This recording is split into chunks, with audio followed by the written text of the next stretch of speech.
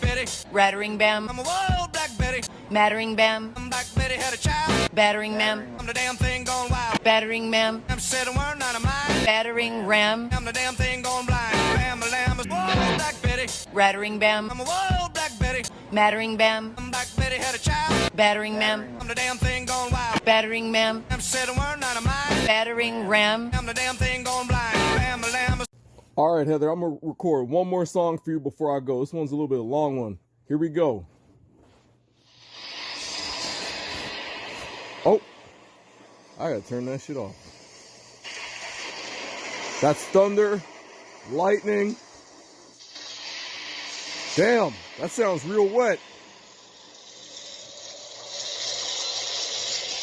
You got an umbrella? In the UK, they call that shit a brawly. Oh shit, what song is this, Heather? Off the top of the head. No ad libs. No notes. Here we go. Make that Heather music. This is the Dramatics. 1970 something. Here we go. My dad used to play this shit. My daddy immigrant. Since you want to talk crazy on immigrants, I'm gonna clown your ass. I'm gonna drag you to hell and back, Heather. Here we go. You and that motherfucker, Xavier. You finna go outside in the rain. You definitely talk crazy. You definitely talk crazy, Heather. You finna go outside in the rain. You going to live outside, Heather. Ah, shit, this ain't the instrument. Let me find an instrumental real quick.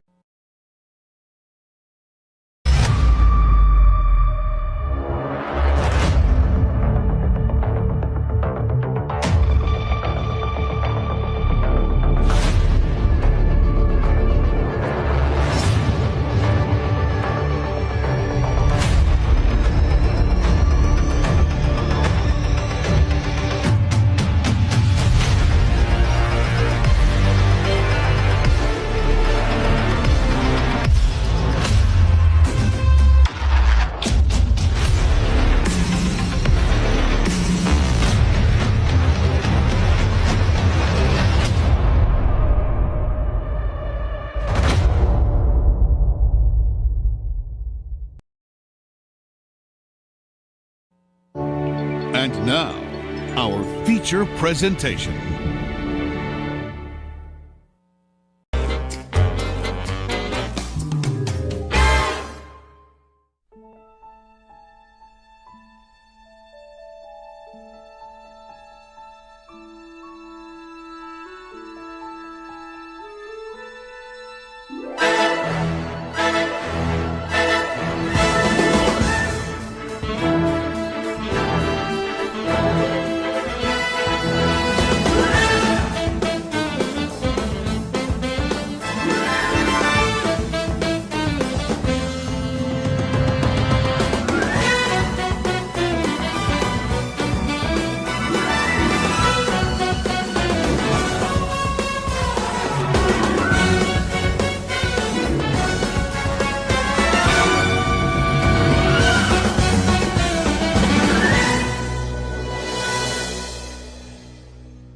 Hey guys, welcome to Feral Friday. Feral Friday in the world of today, because Heather's back at it at full force. I think we got like at least an hour and 45 minutes, probably 2 hours. Sans commentary. So, yeah, that's like a full stream with no past stuff. Are you guys ready? These are her stories that I grabbed from Loco Coco's Instagram. And then I just have her lives queued up in another playlist. I should actually get that built up. All right, meow. You guys should sub to Loco Coco. I have their channel pinned. And yeah, let's see what Heather's been up to this week.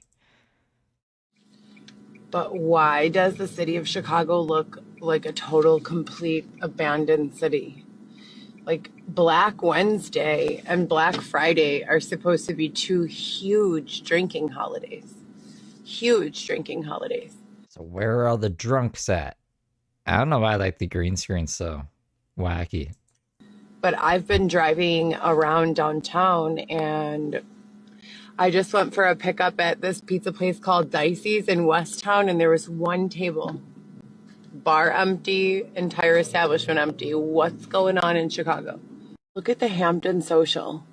Like, it's Did you put Heather in charge of, what would it be? Tourism? Tourism. Chicago tourism. She'd fix this city. Friday night. What the fuck? Volare. Dead. I mean, there's nothing open.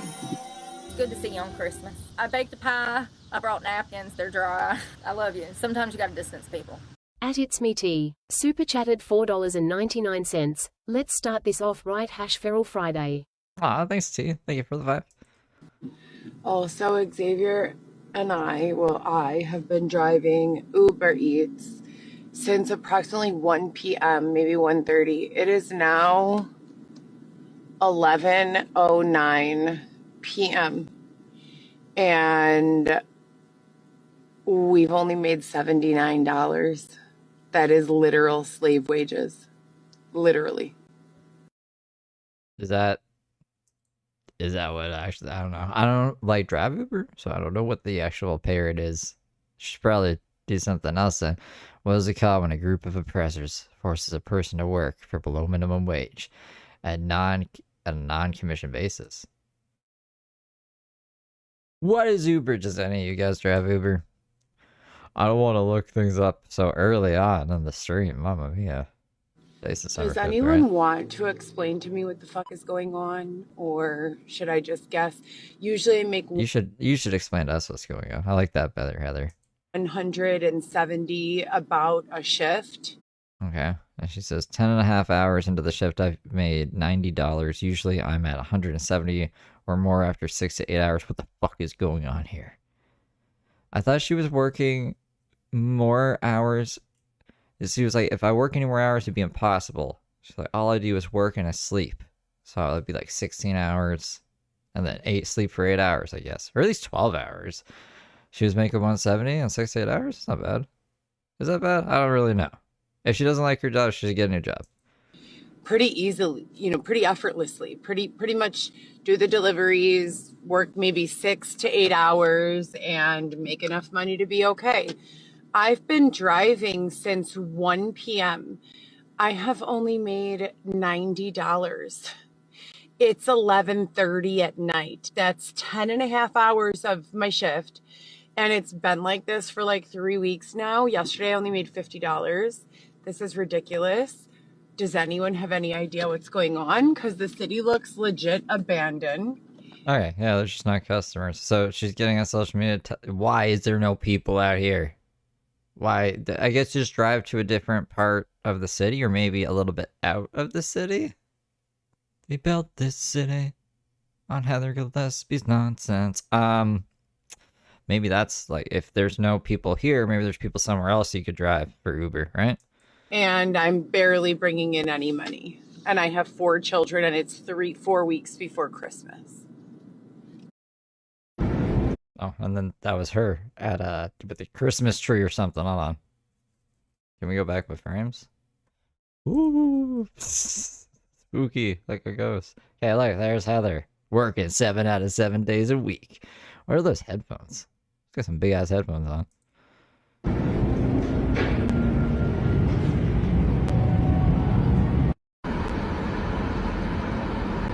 I am so hungry. Oh, this is her song. I would like to have RPM or Gibson's, Smith and Walensky, but I only have money for sweet green. Oh my God. Oh, that crazy. As a follow-up to my I'm Hungry Fix It. song, requesting Gibson's, we ended up at Whole Foods. $13 gets you 2 sides. I got the Greek salad for both of my sides. It's my favorite. It's red onion, tomato, cucumber, feta cheese, and little tortellinis. And then you get 1 protein, and I got the grilled. She ate most of that already, right? That's not a lot of food for $10. rosemary chicken. Really delicious. $13 a plate. $13. Oh my god. Is she minusing like food and gas out of her like what she makes in a day? I wonder.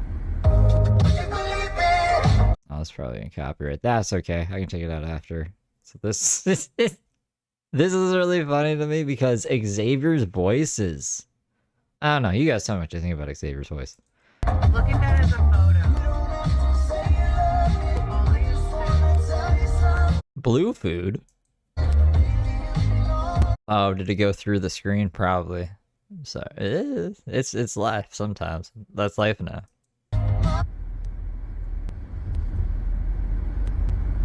As a photo, it works. Thanks, babe. Absolutely. Absolutely. Absolutely. I don't know. Xavier's voice has gotten weirder over the years.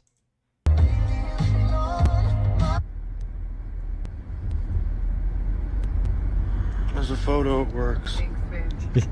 Absolutely. I guess like he took a photo on the phone that they were listening to music on the Bluetooth, so the music cut to take the photo. So we got to hear Xavier's wonderful voice that we never usually hear, other than this is bullshit.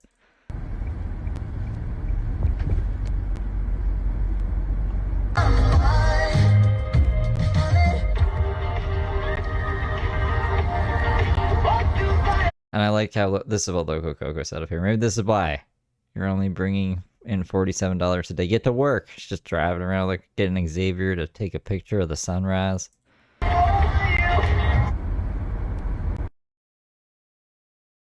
And that is it. That's it for the story. So let me get this pulled up here. So this was from, I think, what was it, Saturday?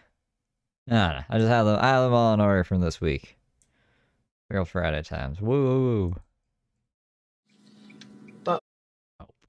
Oh, let me close QuickTime. I just needed that as a reference as a center it. They keep on doing some sort of weird face tune with my face and this ugly fucking bitch's face. It makes me very upset. I don't think it's funny or entertaining or cute. What's she talking about? She's talking about the social worker again? My name is Heather. None of these women that are actresses or whatever, doppelgangers, whatever you're saying, I've not given my permission or consent to be face-tuned with any of them, nor do I want to be face-tuned with any of them. I don't know who she's talking about or what she's talking about. I don't know if I've seen this one, actually. I've only seen, I think, 2 lives from this week. Because I just see whatever we catch live, like when I'm streaming Brooke. So I don't remember any of this. I think it's fucking weird. But this post, I'm in such a shitty mood right now. Xavier and I have so many things to do. So every month I pay $10.35 for rent.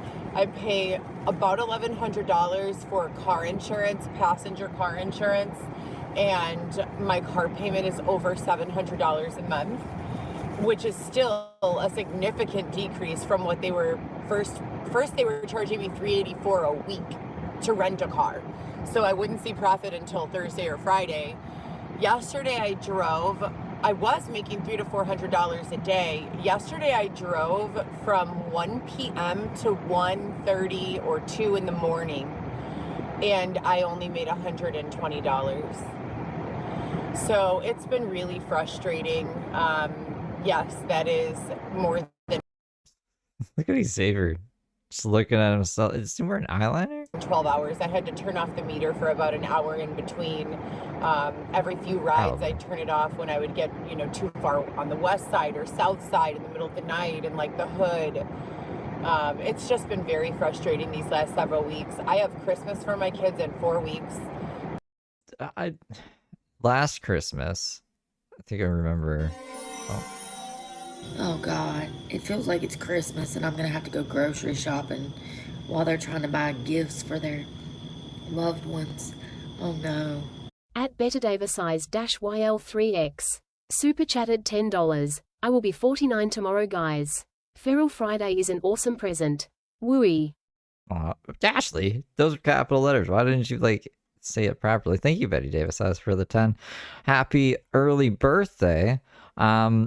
But yeah, Local Coco, she's smart. She get a job she can walk to. Exactly. That's what I was thinking. I was saying that last week. I was like, she's got to get rid of the car, or maybe Xavier needs to get a job or something. Xavier's got to bring in some income. The bills are too high, and it's physically impossible to work anymore. Then maybe this isn't it for Heather. I need to start a layaway and begin chipping away at the total cost, or I need to win a lump sum of money so that I can go and purchase things for my children.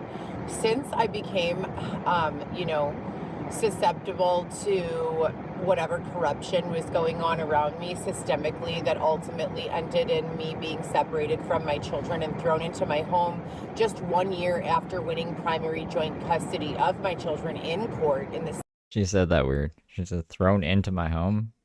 It doesn't make any sense. I think she means out of her home. Same court. Just 1 year later, I basically came to the understanding that the traditional morals and values that I've been taught, work hard and good things come, show up and do the right things, none of that is real. I've been bullied and forced to explain that I was literally back against the wall, forced to either cut my legs with a razor blade or be susceptible to continued prolonged bullying and torture, Why were those the options? as well as the threat of my children having to go through that. Sounds crazy. Your children have had to get their legs cut up with razors? I would not call that a mental health disorder. I would call that extortion. But what I had to say is that for the movie that I want to create, I want to make it easy for people to watch. Forgot. Okay, yeah, so like that's even in the title. She's doing like the 12 days of Heather where she's breaking down her whole life into 12 parts that she's gonna make into a movie. If you didn't see this last week, I think she started the 12 parts last week, right? Maybe the week before. Would have had to have been last week. I think we're only at part 3. Anyways, I don't know. I don't think this is one of the parts. This is just her explaining her game plan or something. And saying she's not evil. Don't worry, guys. This my project is benevolent. It's not going to hurt anybody. Watch. So it would focus more on the glamorous parts of what I went through. But from part 2 yesterday, I've been getting a lot of feedback. Oh my God, it sounds so awesome, blah, blah, blah. Who the fuck is saying that? We all see what the chat says as it's going. Was there any comments that said this sounds amazing? Maybe a troll. What I'd like to also say is this. I worked in healthcare for close to 50 hours a week for 6 years at Northwestern Hospital. 10 of those hours a week would be unpaid off-the-clock hours. Oh yeah, one of the parts is completely silent. Like the audio did not work. I don't know if Heather knows that because I think 4 is missing. 4 might be missing, guys. We'll never know what 4 is. That I was forced to complete for the entire patient flow and for the purpose of expeditious and quality patient care. If I did not stay and work off the clock for those hours, I would not have been able to do my job effectively. So I talk about the medical field being so great and how I loved it so much. And she just fucking around at work? Why is the receptionist have to stay extra hours if she was just working? She just like ditzing around? I can see Heather ditzing around. Didn't mention all of that. I didn't mention that I had a late postpartum hemorrhage with my daughter Alexis and almost died and got no sick pay or leave from Northwestern Hospital, which was, it's a medical facility, Northwestern. So, and it's like that at all the hospitals. So this is my home. I've been in Chicago for 20 years. Never have I lived in another state. Never will I live in another state. And she needs to get Xavier a little mirror or something. He obviously wants to look at himself, but I don't know. Maybe Heather doesn't let him have a mirror. Every time I look at you, you become more feminine. You don't get a mirror anymore. so you can't become more feminine. And so I need solutions. I need not confrontation. I need solutions. And when I talk about the things I've gone through, okay, so that's I spoke about healthcare. It was great. I got to dress nice. I got a nice, beautiful office. I worked, a normal first shift schedule. I had regular pay. That's one perspective, all true.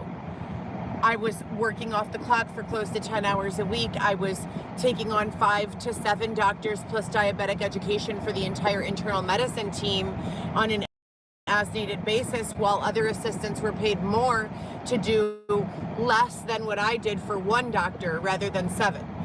They're both true. One of them has a context that's not as appealing. The other one sounds fun and stable and safe. They're both true. So as I go through these 12-part series, I'd like you to use your adult minds and think about context and think about the fact that if I were to mention every fucking perspective every single time I speak about anything, a 1 hour, which is already long and drawn out, would turn into easily 6 or 7 hours. It's good to see you on Christmas. I baked a pie. I brought napkins. They're dry. I love you. Sometimes you gotta distance people. At Ryan Ambrose Q, super chatted $9.99. Happy birthday, Bet Davis Eyes. If I had known, I'd have delivered you Whole Foods birthday cake in my Cadillac CTS and let Xavier take your photo to sell on Instagram partying face. Oh my goodness. Thank you, Ryan. Thank you for the time. Happy birthday again, Betty Davis Eyes. You have no idea how comprehensive the situation is, okay? Oh yeah. I'm sure we can't comprehend it. Also, when I'm talking about working in the nightlife industry, I cannot talk about everything I went through as if I'm the victim in every set of circumstances, regardless of whether I am or not. If someone gave me drugs without my permission, I have to say, oh my God, these guys were so crazy. They were always mixing drugs in their champagne. What is that? Was Dylan doing that? Crazy fucking Dylan. She got what, party favors last time? Shit, talking about this shit? Because that's the way it has to fucking be said. What? No, it doesn't have to be said like that. That makes it sound crazy. So that I am not their victim, causing them to feel insecure about me sharing my experience, etc. and so forth. So I'd like you all to pump the fucking brakes on the commentary. No, that's my job. It's commentary now. Didn't you hear? Anyways, I don't think Heather's talking about me. But like, what the fuck? I'd like everyone in my fucking comments sending pictures of 10-cent teeth to be indicted. I told you guys to send pictures of coffee, coffee and books. Coffee table books. We need coffee table book. What is it going to take? Do I have to be extorted again to go and cut my legs up? She needs a project. What do you mean extorted to cut your legs up? No one wants Heather to cut her legs up. Never cut your legs up. Do I have to do the disclaimer? I don't feel like doing the disclaimer for her Feral Friday. Just don't do bad things, guys. Or if you feel like doing bad things, there's helplines. And don't do drugs. Don't ever do drugs. Or would you guys be happier if I put some razor blade marks on my face or arm? But then she'll be like, why are they doing that? And then she'll be like, oh yeah, the coffee table book. And then maybe she might make it. Arms or somewhere else in my body to get you the fuck out of my comments. 6 years. You just block him. She doesn't block anybody. Later, there's no such thing as COVID. It's What do you mean there's no such thing as COVID? 2025. No one has that. Who said anyone had COVID right now? Maybe some people have COVID. I don't know. I haven't checked around. Do you guys have COVID? Does anyone have here have COVID? That was a 2019 thing. Why are you coming in my fucking narrative pretending like it's 2019? It's not. And half the fucking demographics that I get matched up with don't even know what COVID is. A national health pandemic and crisis that killed millions of people. There are waves of nomadic travelers coming through the Chicagoland area who don't even know what the fuck that is. But I'm the one who needs a psychiatric evaluation.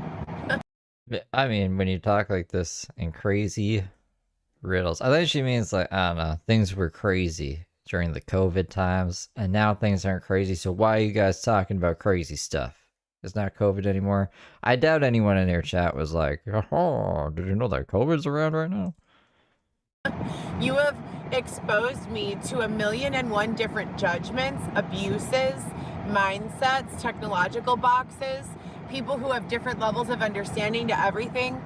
Here's what I've learned. Men, they fuck around on their wives. They do. Some men are real pigs. Other men, not so much.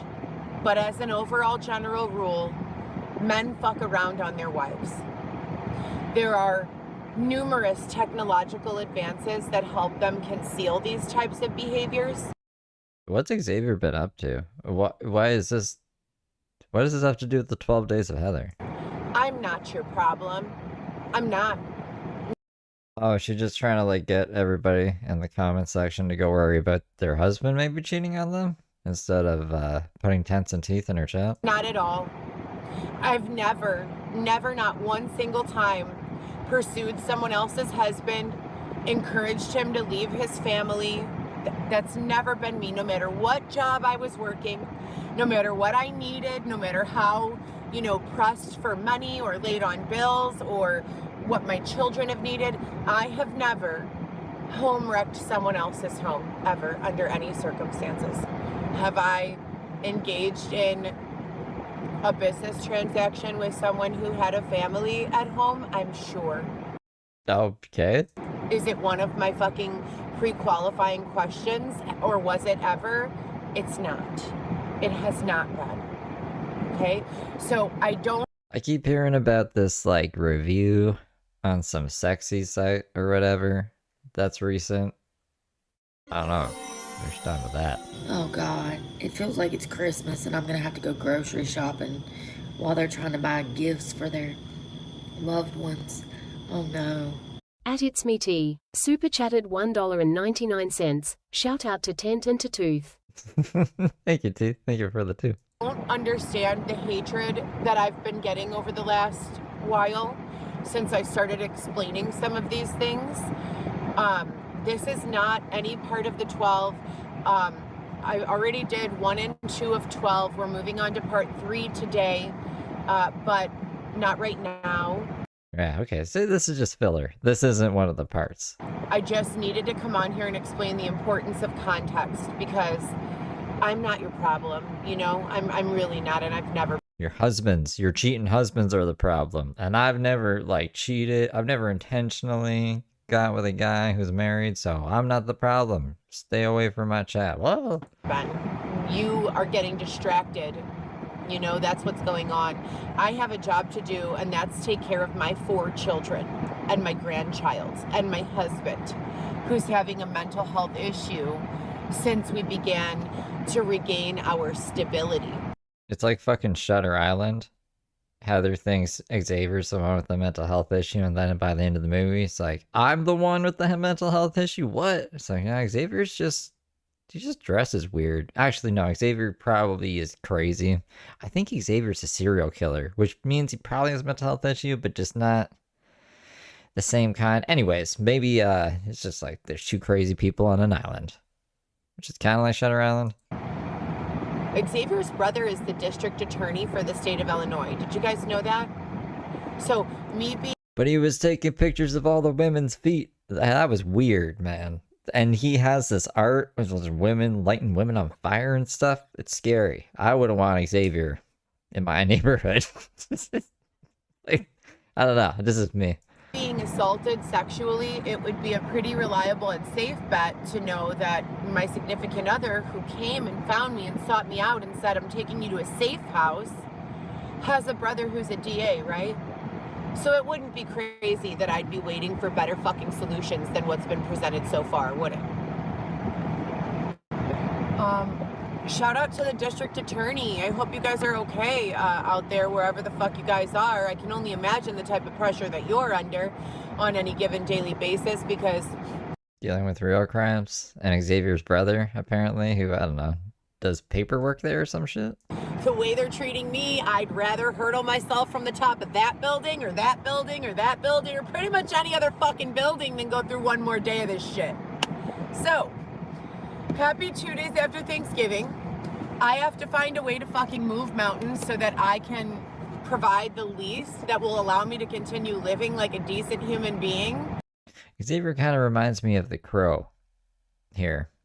For my children, because I Like a low budget remake of the Crow. deserve to be able to provide them the most. They're fucking amazing and have been through hell with me.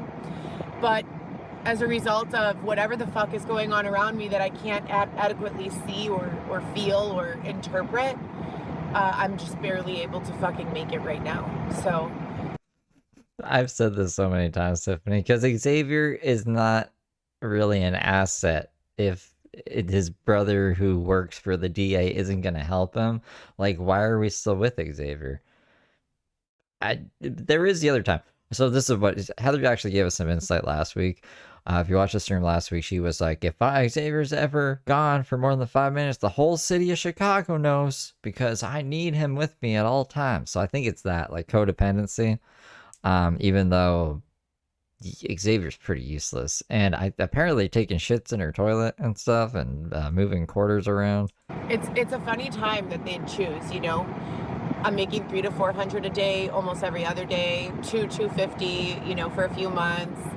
But now, 4 weeks before That's true too. His parents are rich, so like they send money when they feel bad. Christmas, they're gonna choose to put me to like $80 to $120 a day.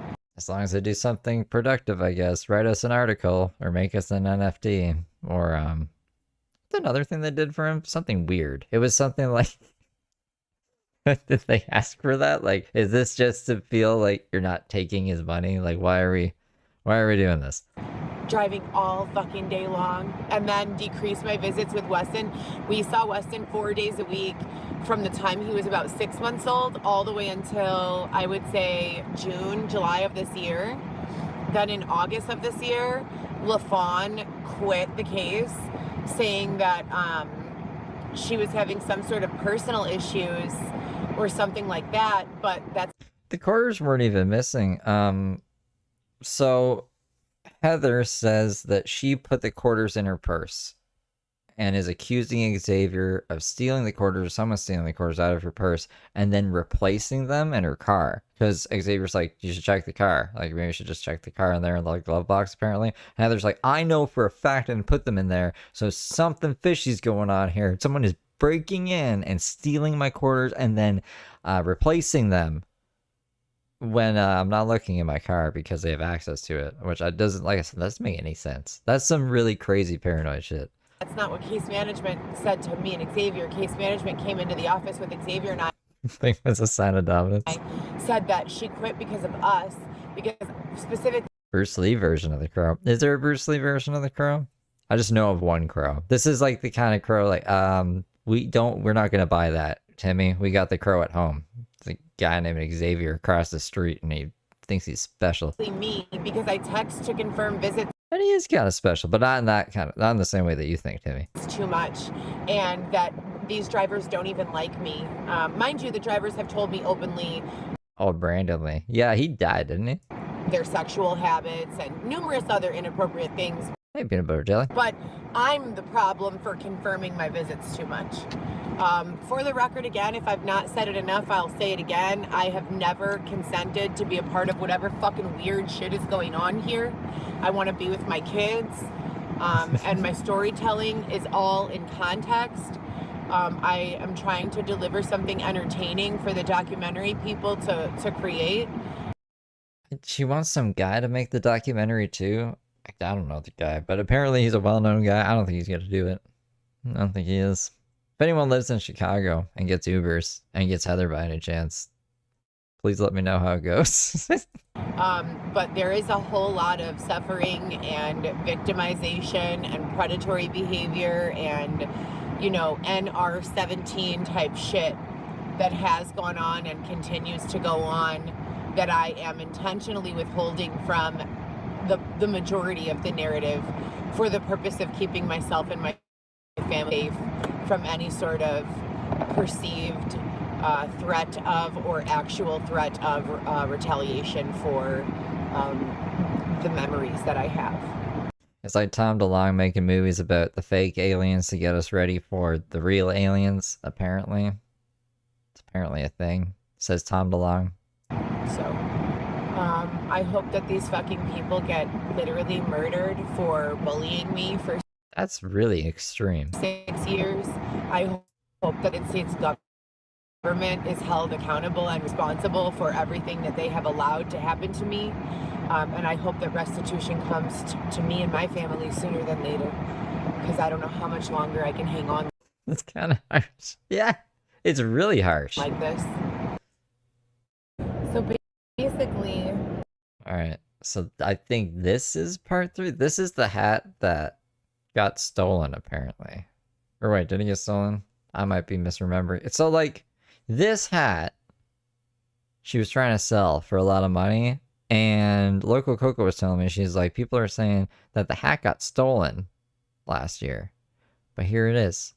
And I couldn't find anything about the hat being stolen, but I vaguely remember it, but I don't know if that's just my brain playing tricks on me and some Mandela. Do you guys remember the hat being stolen? This hat? This very expensive hat that's not expensive. It's a knockoff hat.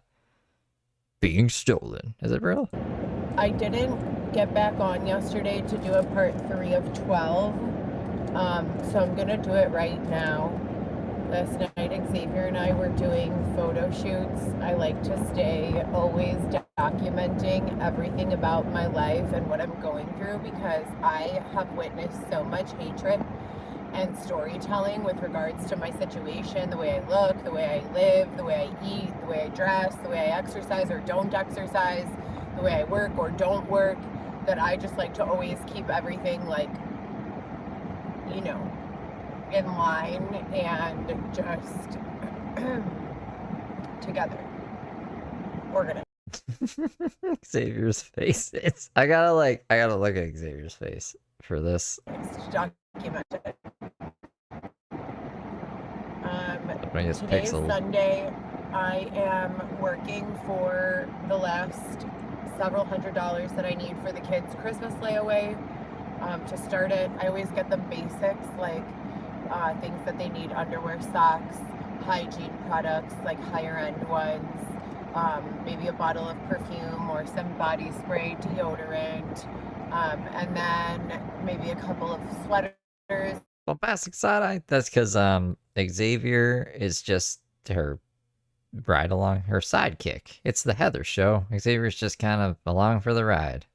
He impregnates her sometimes. Crazy days. For hoodies, I have 4 children, and I have never, with the exception of about 3 months in my life, I have never made or been on track to make a 6-figure annual income.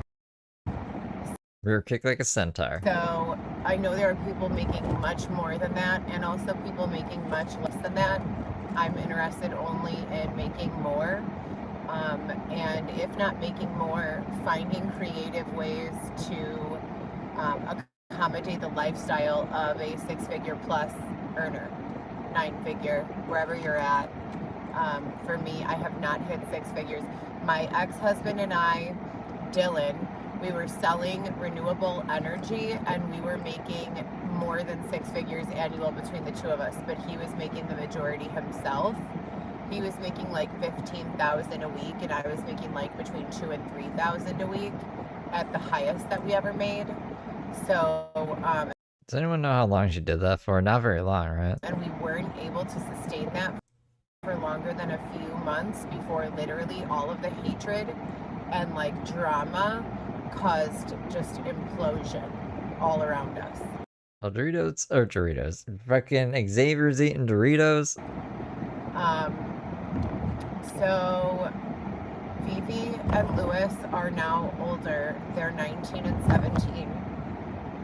Vivi has her own child and a relationship. Poor Xavier. You remember, I don't know if you guys have seen Big Daddy, but there's a movie called Big Daddy with Adam Sandler, and he like looks after a kid for some reason. I don't remember why. Anyways, there's a part of the movie where the kid's asleep and he has to like really eat the chips really quietly or the kid will wake up. I feel like that's Xavier. He's like, I gotta not crunch or else Heather's gonna get mad. Like that time that I was trying to smoke dope in the tent. She was like, stop making all the sounds to the lighter. This is for court. Significant other, and they kind of like low-key remind me of myself and her father in a lot of ways. But I'm jumping ahead. And Alexis is 12 and Weston is 21 months, 22 months almost. For part 3 of 12, we left off that I had just left my career in healthcare following a late postpartum hemorrhage, and there's a lot that goes into that. I'm going to be creating like a literal Heather application. Heather application? So that rather than being held in these check boxes while people like force me to answer questions and like be pressured, we can literally just have a really neat and organized way to ask and answer any question that you may have. Because does she ever read chat and answer any questions? I've never seen her do that. If she ever read chat, she would know that her audio wasn't working the other day. It's been ridiculous. And I circulated this post again for like the 100th time. It keeps coming through my newsfeed and I take it as a sign. It's a combo between Khloe Kardashian and Kim Kardashian. Kim looks a little shook. Khloe is having a salad or like eating and like advising Kim of what to say, and her narrative is something along the lines of, it's my job to defend myself and protect my reputation for my children and for the sake of my business. For the sake of my children and for the sake of my business. And that's so real. So it's just been so time consuming for me to be answering all of these questions. And most of them are not like easy or glamorous to answer. Most of them stir up a bunch of post-traumatic stress disorder and cause like vivid memories of times that I would just as soon forget. She thinks she is, I guess, what's her face? Kourtney Kardashian. So I'm hoping to organize the information and work with the technological team in an effort to get actual real Heather Kim, that's her fucking name. Why did I think it was Kourtney? perspective answers to all of these questions. But for 3 out of 12, we leave off that I started working in the entertainment industry, and I'd like to elaborate for 3 out of 12 what exactly kind of work was I doing, how did I get involved in that work, etc. So when I left the healthcare field, I was feeling particularly used and abused and exploited. Peanut butter jelly, thank you for gifting 20 memberships. Welcome, good little angels. And it's crazy because that's Boob Machine got a membership. those are like 3 of the strongest words that I would use to describe most of the situations that I've walked away from. And I have to ask myself, with these types of cyclical patterns and behaviors, is it people pleasing? Is it necessity? Is it ignorance to any other way? Am I being, bound and gagged, for lack of a better term, into, having these sorts of issues? Holman now. Or participating in these sorts of whatever situations, environments, business models, whatever they're called. But basically, when I left healthcare, I had no time off. I was working 50 to 56 hours on average a week, 10 to 16 of those hours off of the clock with no overtime pay. My doctors were awesome, but there was no direct relationship or responsibility to the people who had the ability to affect my pay. So while I was working on the basis of hourly pay structure, I was basically a salaried employee, because hourly pay structure employees get paid their hourly rate, which I believe mine was like 22 or 21, like 75 when I left. Mind you, this is 15 years ago, 10 years ago. And I was making that money, but I was working really hard for it. And as I said, they would not approve overtime after 40 hours. So I was there into the 50, 56 hour range, and I was only making, what a 40-hour worker was making. And I was also in those hours. We were going over this in the last one. You left this. You left the healthcare thing, the last part. Doing probably 5 or 6 full-time positions, you know, by someone's standard. So I had the late postpartum hemorrhage with Alexis, which is when my body retained placental tissue after I gave birth to her.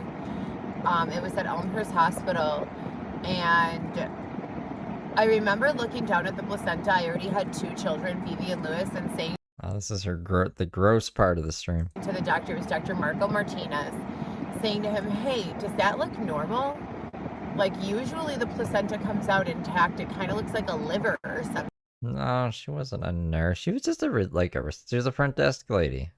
Receptionist person. I don't know. She would like coordinate people going wherever. She'd say, hey, I need to go get an x-ray. She'd go, you go here. She calls like a doctor, be like, yo, this person's here to do this. I don't know. It's the fucking reception stuff. She's just crazy. I'm like, she said one time, I went on my way to make all these diabetes charts because there wasn't a diabetes, like a brochure or pamphlet that people could look at to help manage their diabetes. No one asked for this. Heather just took it upon herself to do that. So it's just weird and probably not allocating her time properly. That looks a little scary to me. And he was like, no, it's entirely normal. Less than 2 weeks later, I woke up from a dead sleep, covered in blood to my knees. It was Alexis who woke me up to breastfeed because I was nursing at the time. And I woke up to feed her, and it felt like when I sat up, it felt like I had like another water break, but it was blood.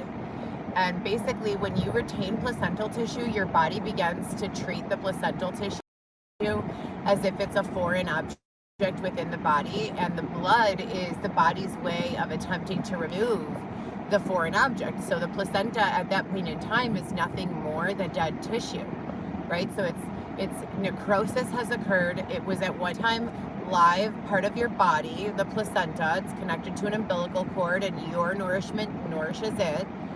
But once they cut it off of the body, it's just dead tissue within your uterus that your body is trying to expel. Are you taking this all in, Xavier? Are you learning? So my body was trying to push all of this out, and, naturally, and I almost died. I had to have 2 liters of blood transfused. And Alexis was with me in the hospital, just as healthy and happy as can be, while I'm like almost dying there, But Northwestern did not have the ability or desire to give me any more paid time off. I had three children at this point. Vivi and Lewis were young. I needed money. I had a rent, I had bills. So it was a difficult decision, but I just had to leave. I was not getting where I needed to go. And when I entered the entertainment industry, it was after, accepting a job as an office manager for an ophthalmology clinic. That job at Northwestern was administrator for endocrinology, rheumatology, diabetic education, and nutrition, plus newly diagnosed diabetics for all of the internal medicine doctors. See, the diabetic thing that I was talking about? So that's what she was. Were getting diabetic education from me, and glucometer and insulin use instruction. So, and there were about 20 internists, they would page me anytime they had a newly diagnosed diabetic. So it was a good amount of work, and moving to an times are good. Lots of people had diabetes. Industry-based position was a huge step, but there was this mirage around the money. The money was always being recycled through the same hands.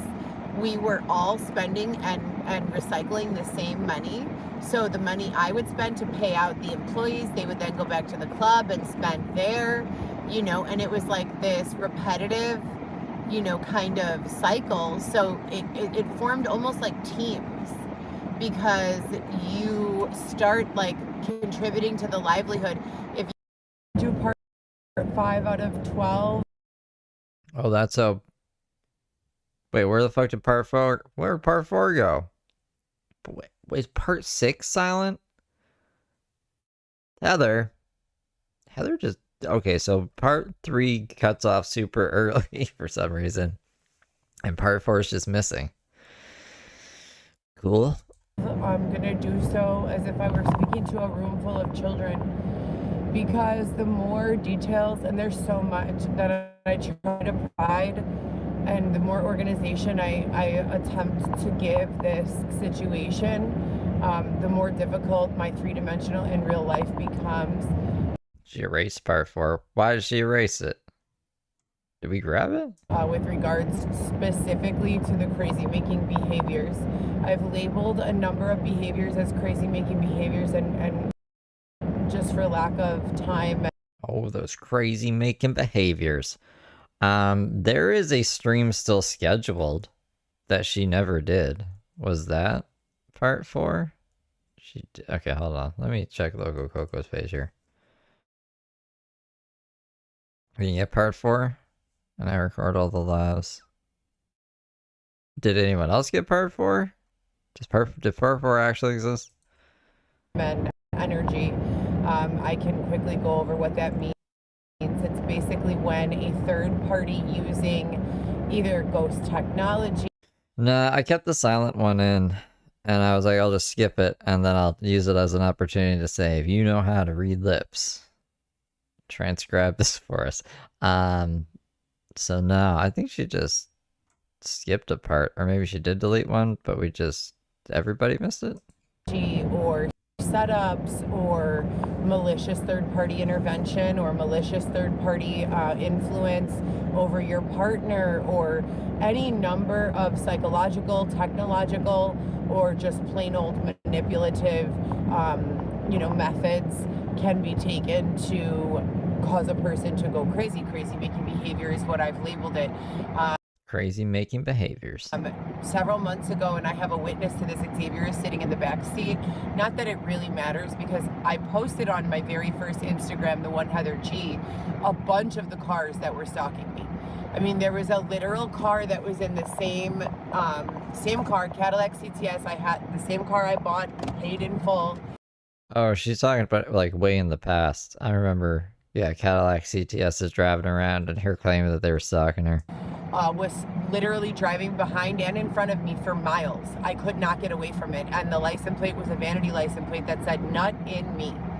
And I posted video and photo of that and filed the police report. And yet another example out of hundreds, thousands of no action being taken, no investigation being conducted. But I did post it on the One Heather GEE account. That is not Photoshop. That actually happened.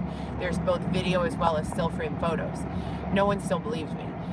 Now about, I would say maybe 6 months ago, maybe 5, Xavier and I were leaving a DCFS visit with our son, Weston. I have 4 children. Weston is Xavier's only child. And they posted something on the back of a window shield of an SUV that was like that windshield writing marker that literally said, "Team Heather go crazy." It couldn't have been any other Heather. And since that time, I've just been crazy ever since, you guys. they've been messing with my money. That's Xavier. The nefarious, they've been messing with your money ever since somebody wrote on the back of a fucking windshield, "Team Heather go crazy." Withholding the money that I had been making for 6, 7, 8 months regularly and consistently, causing me to make payments late, misplacing a lot of my items and belongings.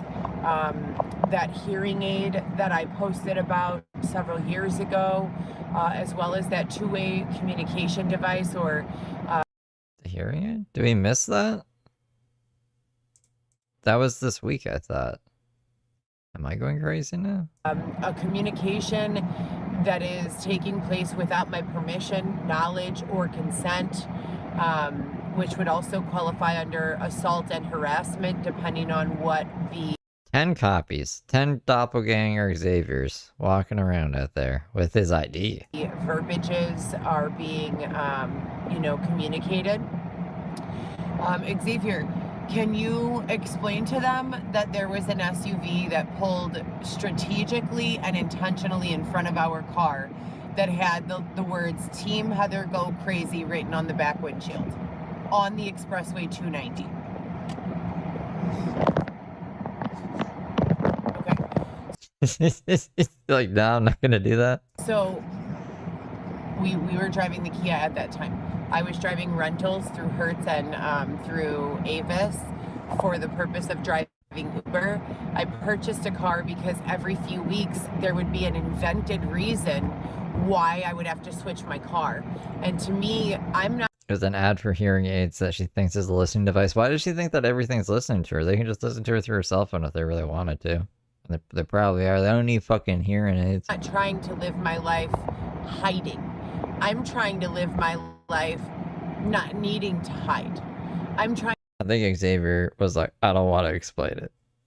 He just shook his head or something. Or, I don't know. He gets a time limit. If he hasn't started talking within like 3 seconds, Heather just steamrolls him. Trying to live my life feeling safe and peaceful, and switching cars every few weeks, it felt like someone was using the car without my permission during the period that I had it, and I just didn't feel comfortable. So I immediately began looking at how could I purchase a car rather than continue to rent a car. And my car payment is $730 a month, plus insurance $400, a little under. But the car rental was $384 a week. So financially it just made sense, and with the stalking and all of that, it made sense. This has all been ongoing for almost 6 years, you guys. It's January of 2025, of 2026 in 1 month. That makes it 6 years. And I can't even believe I'm saying that, because it's like, I don't know, man. Yeah, when is it gonna end? When are we gonna take a little accountability, or just move on? There's no one like tech boxing her or anything. I just can't believe it. You know, in an evolved society, in a first world country, I have been having the same problems. Technological boxing, intentional and Who's T-Wax? blatant issues in communication, lapses, intermittent lapses in communication with my family and loved ones, specifically with my children, and most, you know, prominently and obviously with my youngest daughter, Alexis, the 12-year-old. When none of this shit is going on, I communicate with my children 5, 6, 7, 8, 9, 10 times a day on FaceTime video. Oh, you guys are just teasing, okay. I never have really felt, other than waking up to, you know, my own circumstances and texting the kids, hey, get up for school, I love you, have a great day, are you on time with your homework, do you need help with anything? Other than... I know I shouldn't, but we should make t-shirts that say hashtag Team Heather Go Crazy. You know, having to text that rather than say that in the car or in the morning, I still, with FaceTime video and audio, have the same role in my children's life that I ever did. So cutting that off or interfering with that is a huge issue for me, and it always has been, and it will always be. There is no reason why I should not be permitted communication with my children. I am their mother legally, biologically. I have custody in the eyes of court, even though one of my daughters is overage and my son is to the age where he can choose, and it would only qualify for Alexis, the court order that I have. And ironically, she's the one who I'm having a difficult time reaching. But there have been a lot of things that took place to Orlando and his family over the last several years, and I don't know. They don't have a clear origin. Everything that went wrong in my life and my family's lives, as I told you guys before, it began as a result of the release of Dylan Smith, inmate number Y12173 from the IDOC in 2019. 3 weeks before he got out, I got jumped and stabbed by 3 women with screwdrivers. Several months after he came... I've like corrected this so many times. Why did she keep saying screwdrivers? There's a little knife. We're gonna have to get the fucking police report. I did a reality show where my entire reputation was destroyed nationally on TV and the internet. I thought I was agreeing to doing a reality show that was going to be about, you know, overcoming adversity, about making a mistake, serving your time, and being able to move forward. That was going to be eye-opening for some situations, crimes of poverty. That's what I thought I was getting involved in, as well as my own PTSD and OCD explained and decoded. I thought we were going to discuss like the issues that I had when I would go to visit Dylan, and I would mentally get overwhelmed by all of the things that prison have. The pat down You would get overwhelmed by visiting a prisoner? Why do you think Dylan felt? The rude staff. You also had a choice in being there. You didn't have to go to prison. You didn't have to go visit Dylan in prison. You should have been at home, being a mom or whatever, not putting your kids up in hotels and random weird places while you go off gallivanting, floundering. The power and control struggles between the inmates and the staff that work Frolicking the mean streets. there, who are not much better than the inmates in many cases. These people who are working there are easy to bribe. They're easy to, roll or to roll on, and it's fucked up. And I'm thinking, holy shit, I just observed, 4.5 years of like wild corruption, this fucking up, fucking down, theory or... Brooke would probably think it's about her. She'd get out. That guy's made t-shirts about me again. Heather go crazy? It's like, that's not you. It's a different Heather. Why are all the redheaded Heathers crazy? Policy or play, for lack of a better word. And I'm thinking that this reality show is going to roll out and it's going to make Dylan and I look like absolute fucking heroes. Like, wow, this After your behavior on this show? This must have been before the show happened, right? couple went through this lady has PTSD, spent 8.5 hours pretty much rolled up in a ball on the floor of her mother-in-law's Jeep. Paula, crying, about the way that the visit ended in a clear PTSD, issue. And I just went through so much and came out the other end. Dylan's mom? Dylan's mom's a nice lady. Poor Dylan's mom. And was okay despite everything that I went through, and so did he. And I just thought, that the show was going to be for us. The show was going to be for us. The deals, the proffer, everything he was involved in, the officers. So while he was in there, there were numerous times that when you enter into a deal with the United States government, or in the capacity of which my ex entered into a deal with them, they want you to get people in trouble. That is your goal. It's not to find crime that's taking place. If you're in an environment and you tell the state of Illinois or the federal government or local law enforcement agents, hey, there's nothing going on here, that's an unacceptable answer. They don't give a fuck if there's nothing going on there. They want him to bring in deals, just like they look at officers, or historically. What are you talking about? So if there's no crime, you gotta create crime. Is that what we're talking about? That seems nefarious. That seems like entrapment. You can't be doing that. Have looked at officers and detectives for quotas and, worked in an effort to... Her mom paid to have her tooth fixed twice. She used the money for Botox or some shit. Oh my goodness. Hold them accountable and responsible to completing these arrests or reports or whatever the fuck it is that they have quotas on. It's the same when it was the same for them doing their deals. He was commonly asking, for various items while he was in prison. He was commonly asking me to offer temporary memberships to my sexy content websites for the officers that were in the prison, so that they would bring him in different things, steroids, food, random things. They allow photos in there, but they don't allow nude photos. He would ask me to email the photos that I was sending, photo sets that I was sending to paid customers, and nude ones, and he would want me to send them to the security at the prison in Vienna, Illinois, and they would print them off for him and bring them to him and bring him other things in exchange for those photos. These are not jokes or... Probably shouldn't just not done that. I don't know. That sounds crazy. Heather being crazy. These are blatant... Team Heather go crazy. I've never heard this story before. And obvious flaws in the criminal justice system and in the system of deal making. Why I would be adversely affected, why my children would be adversely affected, is absolutely beyond my level of understanding and comprehension. Usually any sort of authority who's looking for arrests to make or harassment to begin or investigating anything, they're not going to come for me and my children. They're most certainly not going to separate my children and I, which leads me to my next, logical train of thought.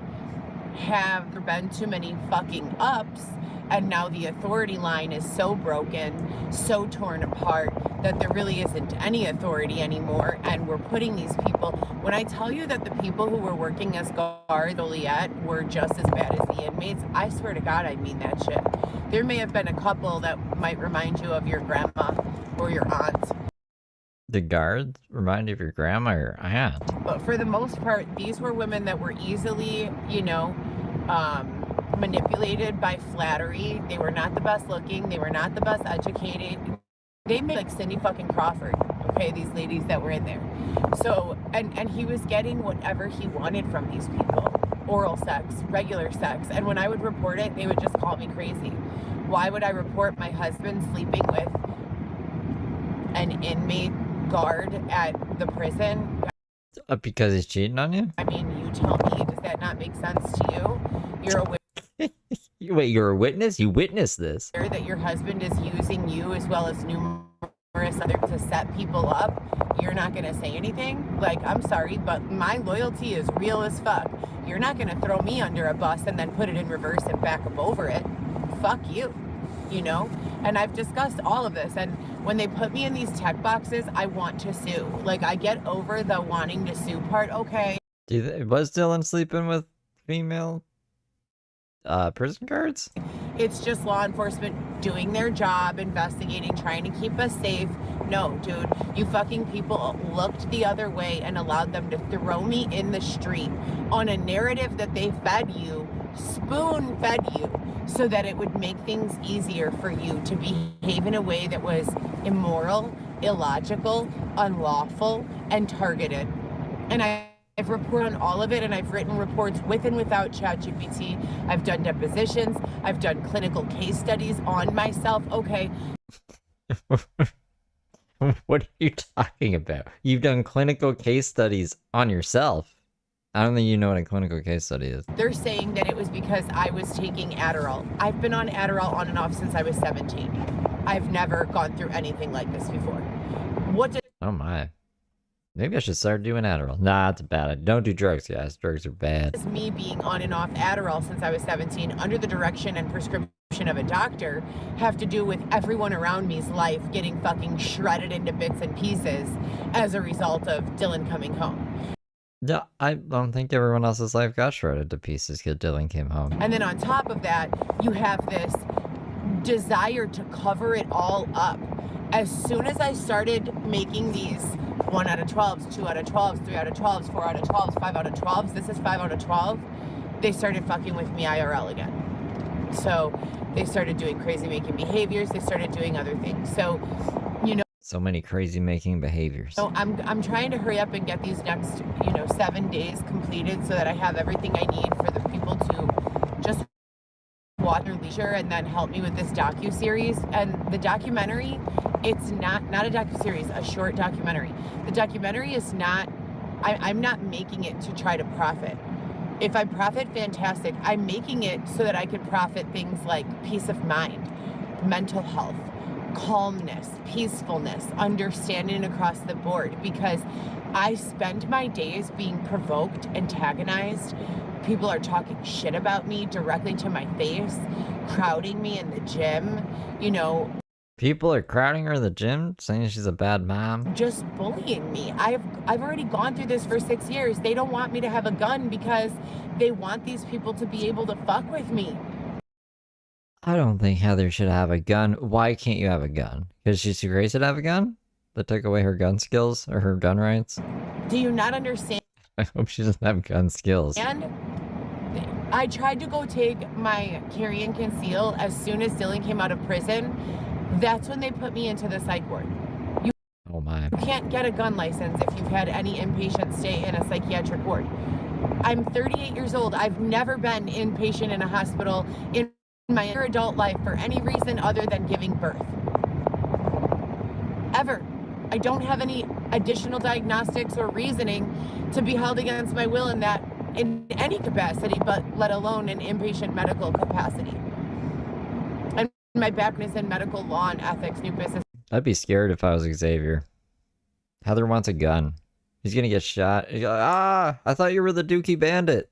I can see it now. The fucking on Netflix 1905, a man got shot in his apartment because his partner thought he was a bandit pooping in the toilet. Development, medical assisting phlebotomy and administration for medical, specifically endocrinology, rheumatology, and cardiovascular interventional surgery. But if you ask them, I'm just, losing my mind. So I don't want to exist here. I feel as though this is an incredibly predatory environment. And I'm not talking about my house or my car. I'm talking about the situation overall, the intentional withholding of communication between my children and I.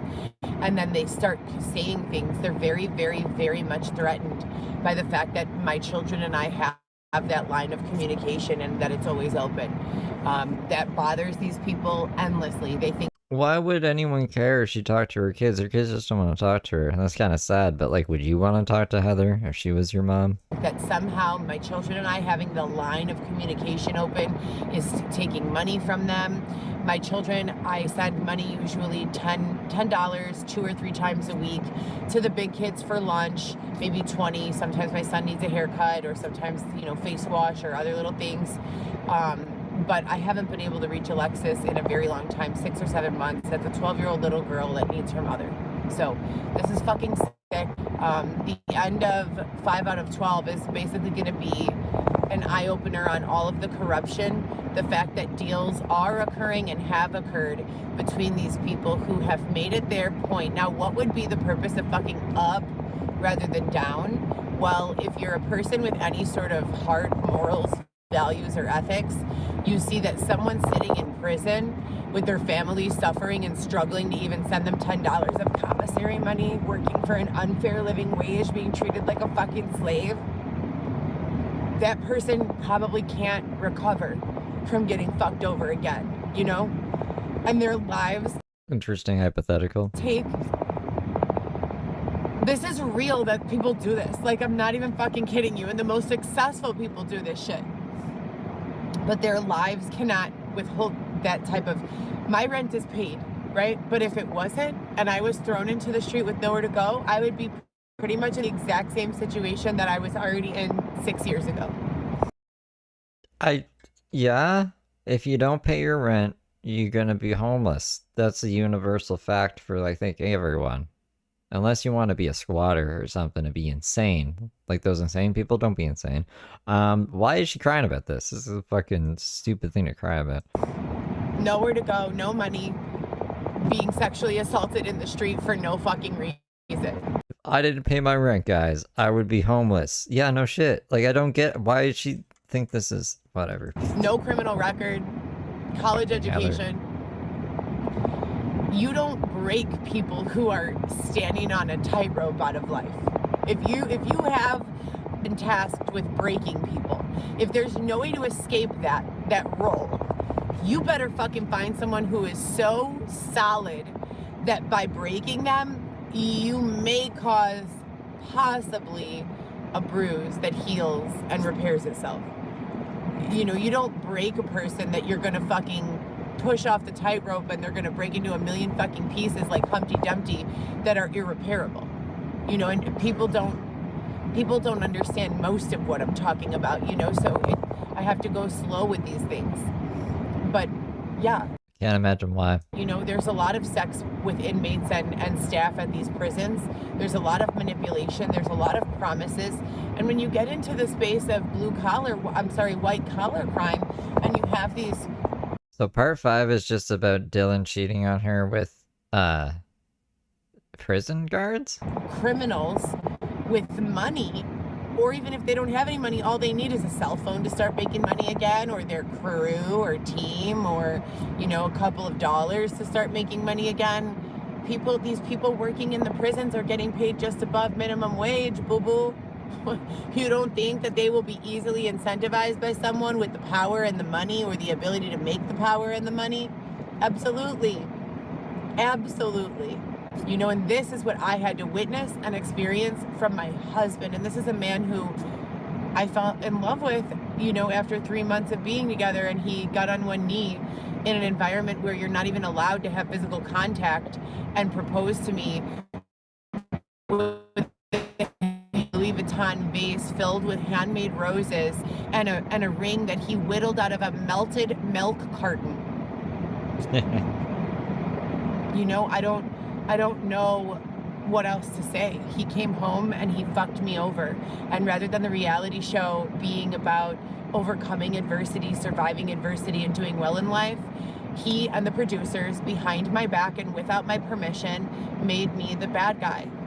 They made me, I was in real life, I was the one like, Dylan, what the fuck? We need to get to the house. Your parole officer's on the way there. Why were you guys out of the house if the parole officer could show up? Also, yeah, you were doing makeup and you made him late for the driver's appointment, and then you freaked the fuck out and you ripped the cameras out, ripped down the wrong way, one-way street the wrong way. Called Dylan a bitch. Ran away into the night like a Scooby-Doo in the night. We need to go now, not in 5 minutes, not in 10 minutes, right now. But when you roll out the video, the reality show footage, it's Dylan in an interview. Oh my God, Heather, she was taking forever, and I just kept on looking at the time, thinking, if I don't get home, you know, I could end up back in prison if I don't get home and meet and check in with this parole officer. Meanwhile, the reality of the situation is, it's me and my aunt calling his parole officer, telling them, where are you? What time are you to be here? We're on our way home. It's me arguing with the. You were with Dylan in the car. We've seen the reality show. Why are you trying to make shit up? The parole officer was at Aunt Diane's house, and they called you and was like, where are you? Your parole officer's here. And it's like, we'll be there in 2 minutes. Just hold on. Just wait. And then you rushed home to get there. And that was that. What is this fucking story? That you and your aunt were trying to get Dylan? Dylan was missing? You were driving him around in your fucking car. With the producers and the TV show saying, we have no time for this. We need to leave now. No, we don't have time to stop for sushi. No, we don't have time sushi to go here or there. We've got to go. And that's the truth.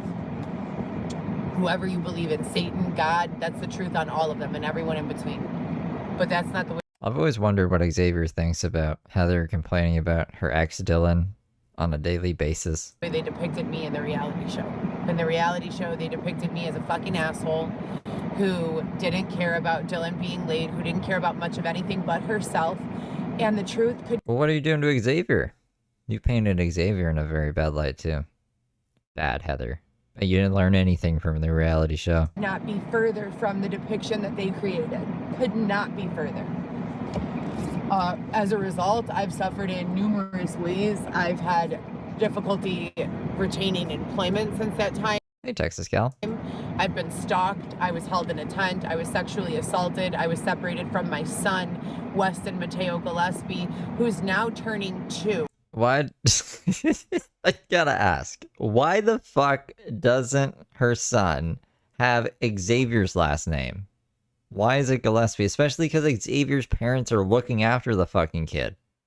Heather's parents aren't doing anything. Heather's not doing anything. Heather's just running around on drugs or whatever. So what's up with that? Xavier, why did you let that happen? My big kids have not been able to live with me. They've been pawned off on family members because I have been literally put through hell on earth.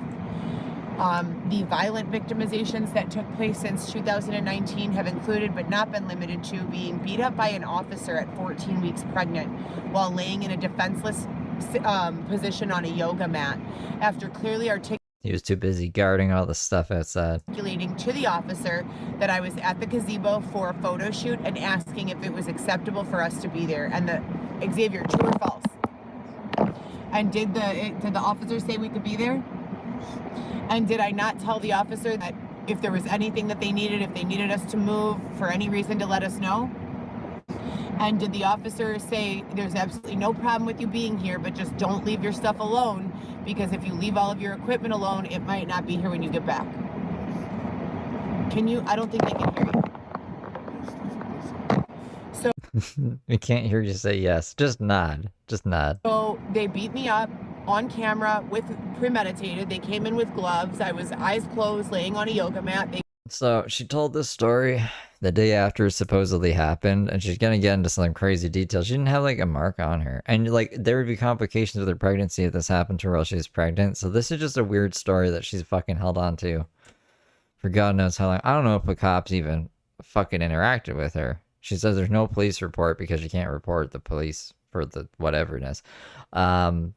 So I don't know if like the cops had interaction with her and told her to leave and she exaggerated it to this, or if this just came out of fucking thin air. If Heather was sleeping and she woke up sore and she's like, the police must have fucking beat me up. It can't be that one because she like, describes the interaction. I'll let her tell it. It doesn't make any fucking sense though. We saw her the day after and she was fine. They grabbed me by my arm, dragged me around. I was 14 weeks pregnant, threw me to the floor face first. And then held me in a cell for approximately, how many hours, babe? 5, 6 hours? With no instruction, no charges, no nothing. So that would be unlawful detainment number 2. They did a lot of things along those lines, and very similar to that. They allowed other people to physically and sexually assault me and look the other way. I turned in sheets, bed sheets with body fluids. It looked like ejaculate on them from my last apartment in Harwood Heights. There was no investigating, no DNA tests were run, no nothing. Literally nothing ever came of it at all whatsoever. They have squeezed me for all of my money. I paid all of my tickets from 2019 in 2019 and 20. They were about $600 worth of tickets. They put a boot on my car for them, and my great-grandma, the Mama Nelly, met me at the ticket payment place with $800 cash. I went directly in and paid it, and they removed the boot and assessed a zero balance with the tickets. The tickets were already on a payment plan. It was a closet the first time, yeah. Just purged all of them out by paying in full. When I came back to start driving again, they said that I owed $5,000 worth of tickets and put me on payment plans for five grand worth of tickets. Now, yep, stop parking in places you're not supposed to park. I have to pay $75 plus about $30 every single month. Thank you. Every single month for tickets from 2019 that I didn't even get. They also have record of a second boot being placed on my car in 2020. Her justification for it is like, I see people park there all the time. Well, I guess they have $5,000 worth of tickets, so you're not supposed to park. Stop fucking parking there. I don't know. They should get beat the courts or something. Mark Hensley style. During the period of time when Dylan had my car without my permission. Keep in mind that I kept trying to break up and leave the relationship, and he would go out to the garage where I kept my car and do things like unplug my starter. I don't know how to fucking plug in a starter, so of course I would be stranded there, trapped, while he did weird sex shit and fucking set people up. Police knew. The FBI knew. No one came in to help me. So a plethora of agencies and Dylan Smith is immune to every law enforcement agency. People doing things to stand in my way from not being raped, from not being physically assaulted, from not being financially manipulated and assaulted, from not being separated from my children. They all sat by watching because of what they perceived they could receive from Dylan if they did not help me. And that is the truth. What do they get out of Dylan? Dylan's really this criminal mastermind? Dylan's an idiot, man. We've seen him with Marissa. He's fucking stupid. I don't believe you. That is the truth. Did she just do like the cross thing and then kiss her hand? And point up to Jesus or God? Is Jesus up there with God? I called law enforcement after Dylan choked me, picked me up on my neck, threw me on the ground, started stomping on me. He was a huge guy on steroids. I have videos and photos of him admitting to doing it. I don't have any, reason to continue to circulate them. They're up, and they're mainly up because they threw me outside into the fucking street during winter, during summer, during all fucking months for nearly 4.5 years, impregnated me and forced me to sleep on cement outdoors at a yacht club in a tent. Is Xavier they then? Because Xavier impregnated you. Through winter, Xavier and I were the only people there. We were not living in a city of tents. We were living in a tent at Belmont Harbor Yacht Club, keeping as much distance as possible from any homeless person. Going on crazy rants every day. And calling law enforcement every single week, 3 to 5 times a week, along with shelter services asking for assistance and being blatantly denied that assistance. All of which is thoroughly documented and has been presented to the court on a number of occasions. Yet here we are almost 2 years later, still fighting for custody of our son and for our DCFS visits. Getting harassed by some opportunists who are trying to recreate the entire set of circumstances, incentivizing my attorney to say things that have already been brought up and resolved in court 10, 20 times. My situation is not at all kosher. The things that have gone on, they've not been acceptable by anyone's standards, no matter who you are or what you live by. Also, there have been other blatant issues. They're affecting time. Yeah, I know that sounds wild, but they're absolutely doing it. I do a GPS that says 37 minutes to your destination. They're affecting time? It's not just traffic that's affecting the GPS accuracy, they're actually affecting time itself.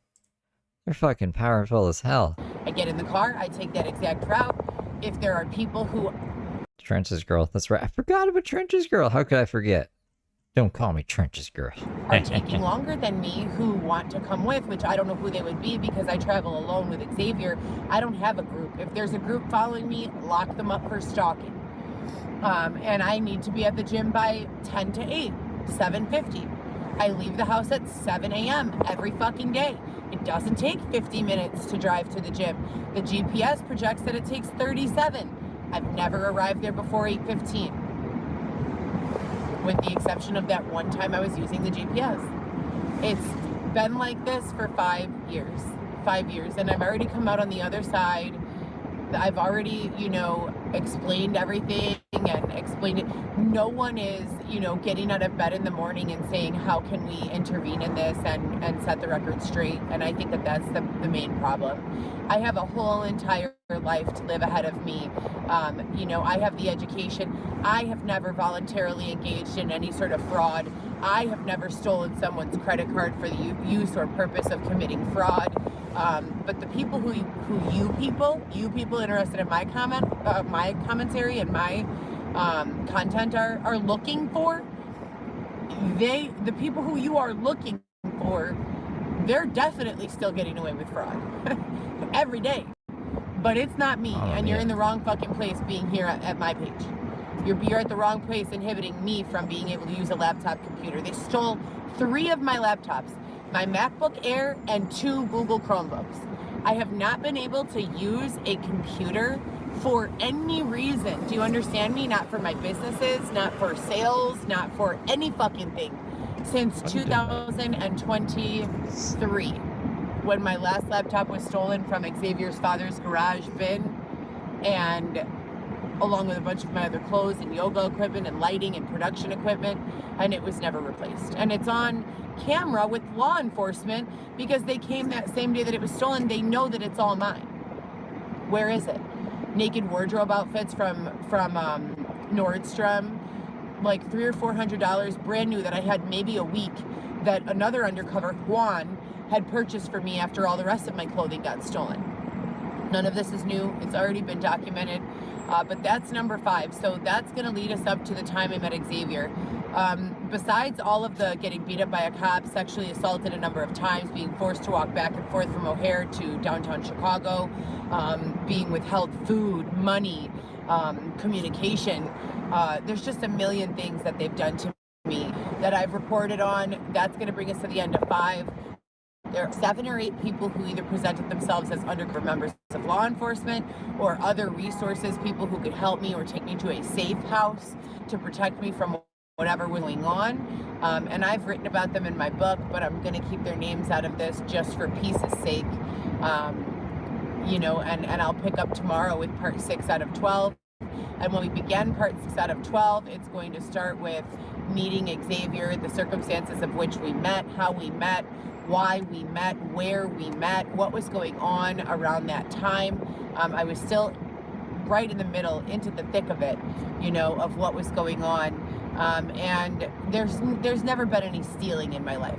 Whoever has us pegged as thieves or stealing people who steal, that's never been either of our issues. So if that's what they're telling you is... I mean, Just scammers. I don't really know about stealing. She's admitted to stealing from stores and stuff, but I don't know. It's not really a focal point, I'd say. Going on, you're mistaken. There is no drug use. If that's what they're telling you is going on, you're mistaken. And there is no escorting. I have not worked as an escort since 2019 when I was directly under the influence of my, at that time, husband, Dylan Smith.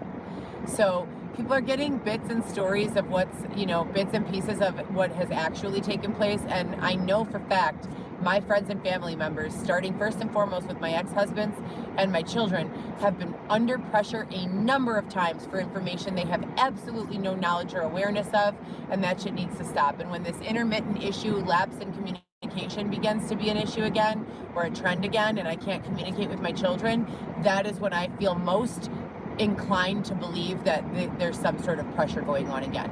Orlando, I call every day looking for my daughter Alexis.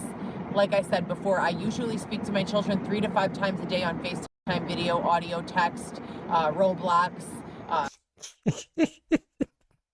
Jesus Christ. Could you imagine you're a kid, you're just trying to like live your life, and every fucking piece of media has your mom trying to reach you. You go on Roblox, you're just trying to have some fun times on Roblox with your friends. Heather comes in as a crazy Roblox character. Hey, Alexis!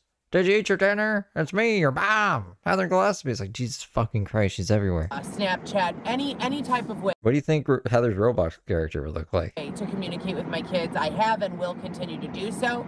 And my daughter being 12 years old and being in a household where there is a little boy who's a little older than her that is not her brother, that makes me nervous. There is a mom that could be a fabulous lady. I met her only once. Did I get along with her for the 5 seconds I met her? Yes.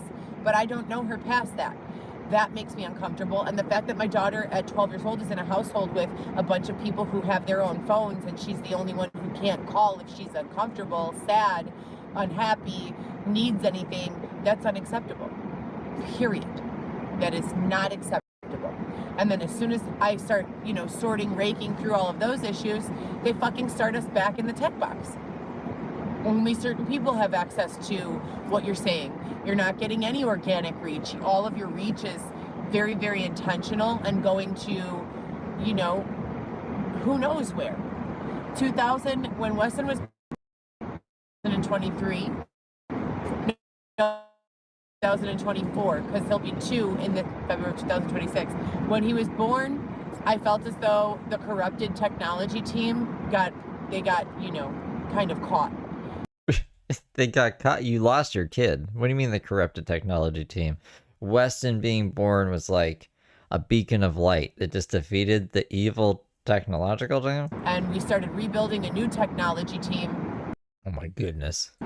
That kind of knew what was going on. And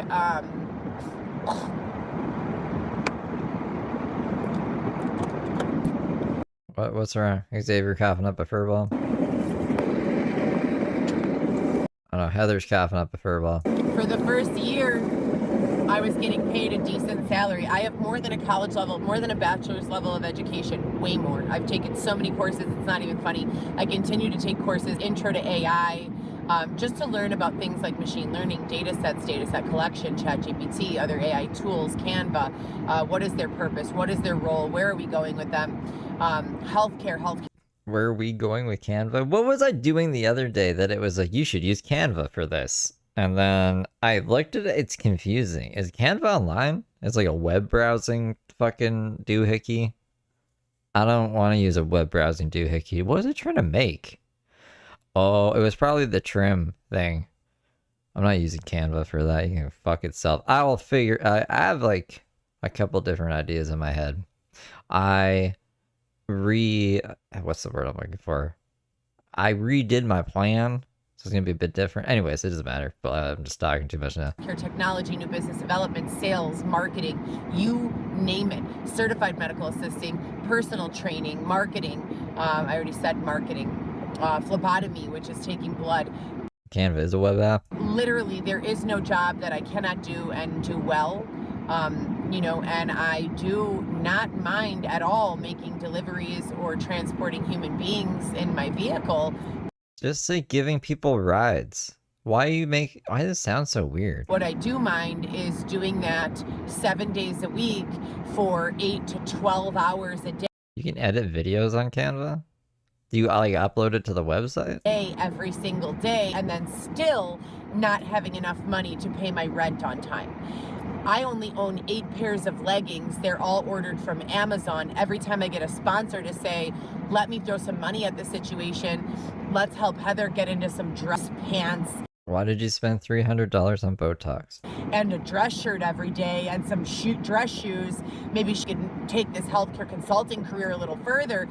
Every fucking time I raise money with a sponsor or they see me here on YouTube, they start giving the money to agency who is...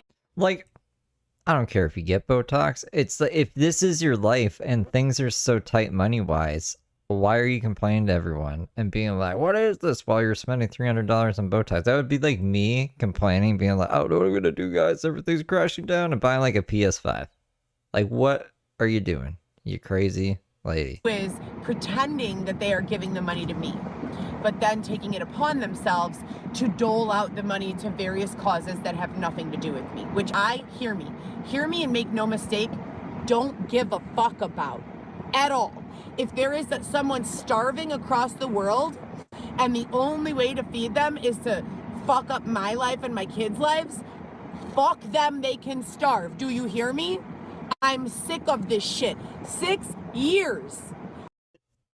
Xavier kind of looks like Slash. Like, he could go, if he got a top hat, he could do kids' parties with Slash. Of being... He probably shouldn't do that. I don't know what kid is having a party with a Slash impersonator anyways. I think that's a South Park thing. He could enter a competition, a Slash lookalike competition. Kept in a tent, sexually assaulted, separated from my loved ones, working for the money and having it stolen from Do you see it too? me. I need to be the priority when it comes to fundraising right now. Period. Period. I do not care. Where are my kids? Why is my son being held fucking hostage by the DCFS? What in the fuck is going on? Where is my funding? I bet if you yell a little louder, you get the answers you're looking for. And that's how I feel. Yes, I care about everyone who's starving anywhere. Yes, everyone should have access to housing and health care and all of that, but not at anyone else's expense, and most certainly not at my expense. A person who gets up each and every single day and has consistently, without fail, and gets shit done. Where's the money gonna come from? Like taxes, right? That'd be at everybody's expense. If we want to help out the world, it's gotta be at everyone's expense. Does that make sense? Like, we all gotta chip in a bit. Like the hen that made the bread or something, and was mad that no one helped her make the bread. So, well, I want to eat the bread all by myself then. Something like that. So sponsors, I know you're still out there. No, I am not willing to go in dirty as your deep state asset. Stop throwing me into piles of shit. I'm tired of fucking smelling like shit. Stop throwing me into Stop taking shits in my bathroom. Piles of shit until you have fucking resolved my underdrafted bank accounts. Who the fuck took $1,000 from the PNC and the Wind Trust? I don't know. That sounds crazy. Sponsors? No, the sponsors give you money. They don't take your money. That's it. Oh, did they do a chargeback? Maybe if they did a chargeback, actually. The situation has not been resolved. The tickets, $5,000 worth of tickets that I supposedly owe to the city of Chicago, that's Well, yeah, you parked in stupid places. already been paid on, with a balance that directly shows Dylan was driving my fucking car while they had me in a psych ward. She wants universal basic income, which, I mean, like, if you really think about it, in the future, it's gonna have to happen eventually. If things keep going the way they're going, there's not gonna be enough jobs. Like, a thing that takes 10 humans to do could be done by, like, a robot or a machine, probably, with, like, one human overseeing it, and, what are we going to do with those 9 other people? And you can't just be like, all right, go fuck yourselves, because that's 90% of all the people. So, like, they'll revolt, I think, probably, right? So then you'll have to make sure they don't die. And then that's when, I don't know if it'll happen in our lifetime, but, like, right now, there's still jobs, and Heather is just mad that there's no customers for Uber. Maybe she should Could she double up on the apps? Could she be doing like DoorDash and Uber at the same time? There's something to think about. No one is going to step in. Yes, they are.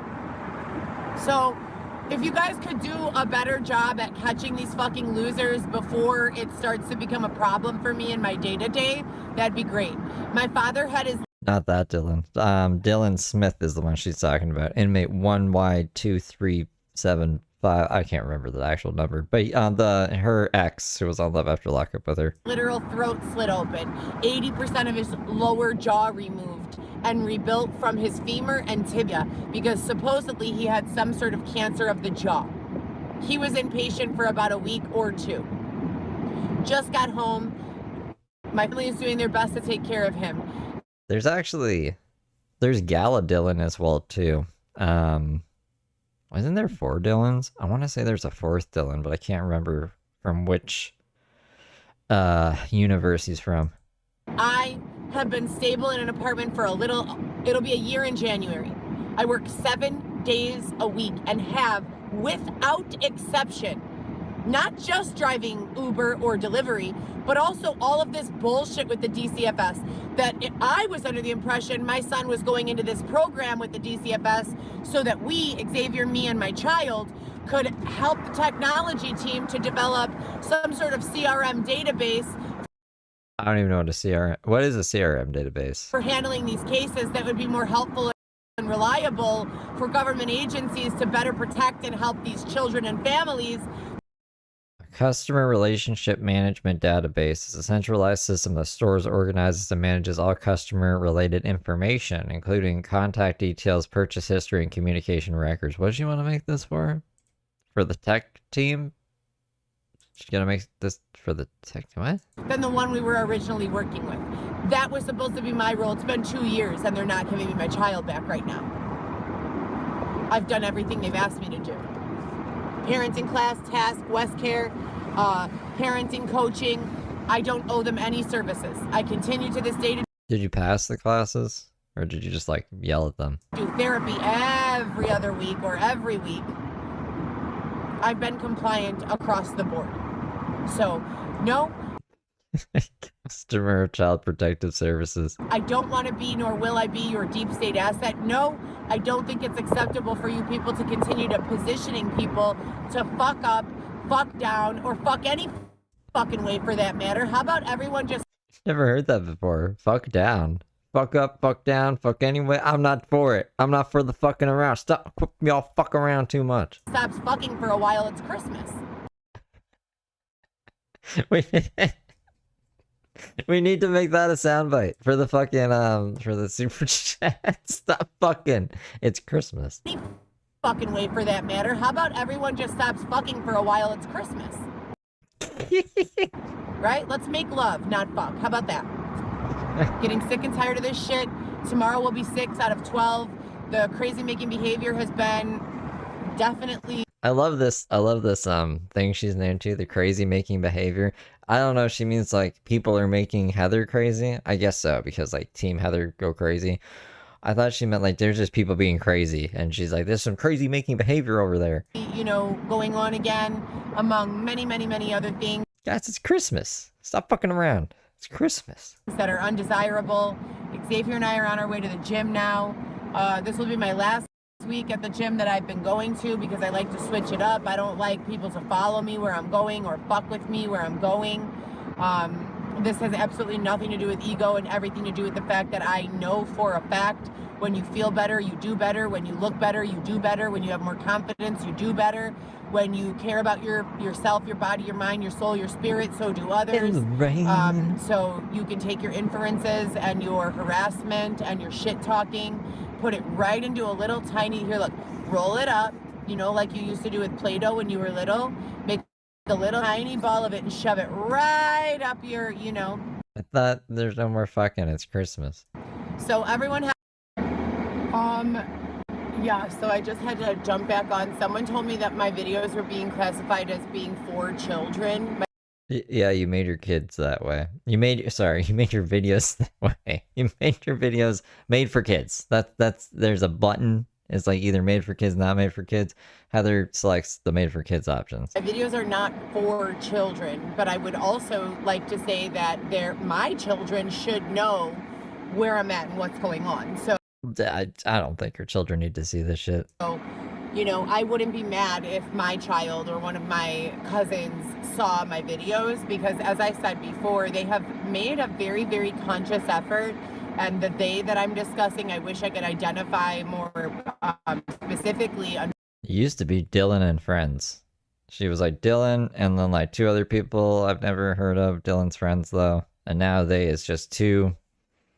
There's too much possibilities of who they could be. Unfortunately, I don't know who they are. Too ominous. She doesn't even know anymore who they are. But they have made it their job to circulate my content, you know, in the eyes, in the news feeds, to the ears that need to hear it, you know, when things are getting really bad. So they keep... Oh, this is the good day. I thought she was talking about the bad day. There's lots of days. Keep on saying to me that Xavier acts normal when I'm not around, that he doesn't have any mental health condition when I'm not around. For the record, Xavier and I were together for 3 years before I had Weston, and he treated me like a queen. He, you know, carried all of our belongings. We had 2 carts. I pushed one, he pushed the other one. When we would arrive to the place where we were going to stay for the night, he would make a little seat for me, have me sit down and relax, and he just treated me very well. He was never cross-dressing. He was never doing weird, you know, things. So he put his jacket down for you to sit on the concrete. How chivalrous. Chivalrous? Is that a word of him? Definitely. Chivalry? Chivalrous? Chevrolet. Impacts the way that people look at me and my opportunity that I have been able to achieve for myself since meeting him and since everything happened with Dylan. And in what does a person have to give? 4 or 5 hours of their life to explain to you, you know, for me to explain to them what went on, to get them to a space where they can actually make sense of it and then want to help me? Who has that kind of time? No one does. So that's where it's at. But these videos were not made for kids. For my kids to watch them, you know, yeah, I do realize there's inappropriate... Her kids are hardcore. They're Heather Gillespie's fucking kids. ...weird stuff, but I would rather my kids hear it from me than not know, you know, or then think, oh, mom is out, you know, living it up, and mom chose, you know, to do XYZ rather than be a mom to us. No, mom never... Yeah, I mean, like, that's documented on Live After Lockup. ...never once chose... And they were there. They were, like, old enough to remember what the fuck was happening at the time. You think they were, like, fucking 3 years old or something? They were in their like, preteens. Anything other than I want to be with my kids and my family, minding my own business. That's been the only decision of mom. So anything apart from that has been 1000% like a strong arm. Okay? So everybody have a great day. I just needed to jump back on and clarify that, you know, for the record. Interior crocodile alligator. I drive a Chevrolet movie theater. In any sort... Oh, okay. I think this is the... Oops. What are we doing here? Why did it start all the way over here? Get back over here. Is this Cyborg, Heather? I think this is the Cyborg. No, I'm sorry. In 1987, in the late 80s.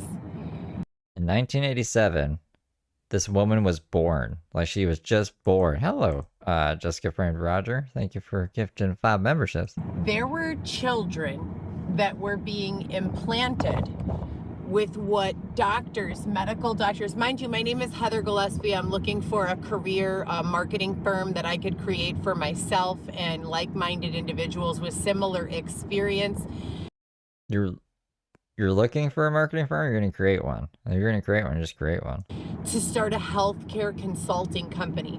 We would be helpful to various agencies such as law enforcement, legal, lawyers, doctors being sued or depositions that are needed, IT and technology. We could provide both front end and back end medical office insight and expertise to what would be helpful and what would be not so helpful, etc. And so, I mean, he gets sex, I guess. So forth. Now, imagine, that being said, pretend like what I'm saying right now could be true, maybe it's not, because if I say it's true, then I'm crazy. But let's just pretend like we don't know if it's true or not. Yep, okay, well, yeah, do that, guys. Ready?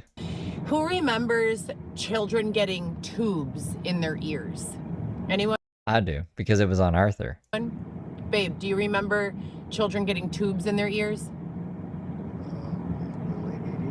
In the late 80s, yeah. Okay, so tubes in the ears, that was something they did to me when I was a baby. They punch us and they put these, they call them tubes, but they're very tiny. In the 80s, they were the size of approximately the tip of a pen. Yeah, your ears, like, small. Or the lead of a pencil. If you could imagine sharpening your pencil until it's very big, the lead is sticking out maybe like a centimeter or half a centimeter, and then breaking it off, that's exactly what it looks like. They put it in your ear. They're supposedly putting that into your ear so that they can help with drainage. How the science works, I don't really know. But when they say drainage, they mean if you get a lot of ear infections on the lower ear canal or eardrum, these tubes were supposed to be helpful in allowing for drainage in the prevention of those types of ear infections, migraines, etc., and so forth. So they implanted that into my ear when I was a baby. Do you know that by science's definition, that makes me a cyborg? I don't think so, but that's what she thinks. By science's definition, that makes me a cyborg. A cyborg is any human being that is functioning on a daily basis with any sort of technological advancement, any sort of prosthetic device, etc., and so forth. So as a baby, I was a cyborg. Like, why? I don't even, what's the point of telling us this? Yeah, this will definitely make me sound not, it gets even crazier. Baby cyborg Heather. Now I've done significant I fucking love that. Baby cyborg Heather. amounts of research. So fucking factually said. Baby cyborg Heather. That's right.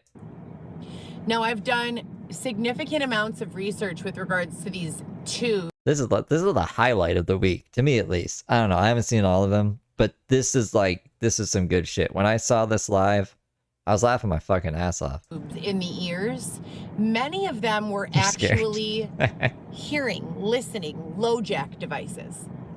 See, okay, so Heather's logic is, okay, baby Heather can't hear properly, so they put these tubes in her ears and then she can hear better. She says no, it's just to like listen in on her conversations and stuff. Like, why would that make sense? This kid can't hear. We better monitor their conversations. Like, I bet a lot of people are talking to the kid who can't fucking hear. Yes. So if you can imagine, I'm not saying mine were or weren't, but if you can imagine a child. They just knew. They're like, this is going to be the creator of GoPro Solo. We need to know everything about them. Get these fucking ear listening devices implanted in her. Having a tube placed into their ear. Make her a cyborg.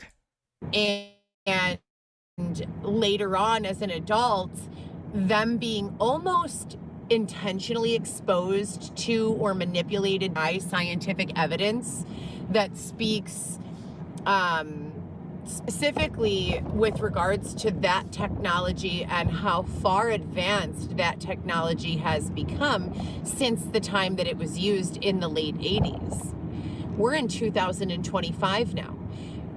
This type of science isn't something that's being worked on and then put away in the closet for years and years. These doctors are working to advance this science and the capabilities of these technological features. RoboCop. This is exactly how RoboCop was made. Single day.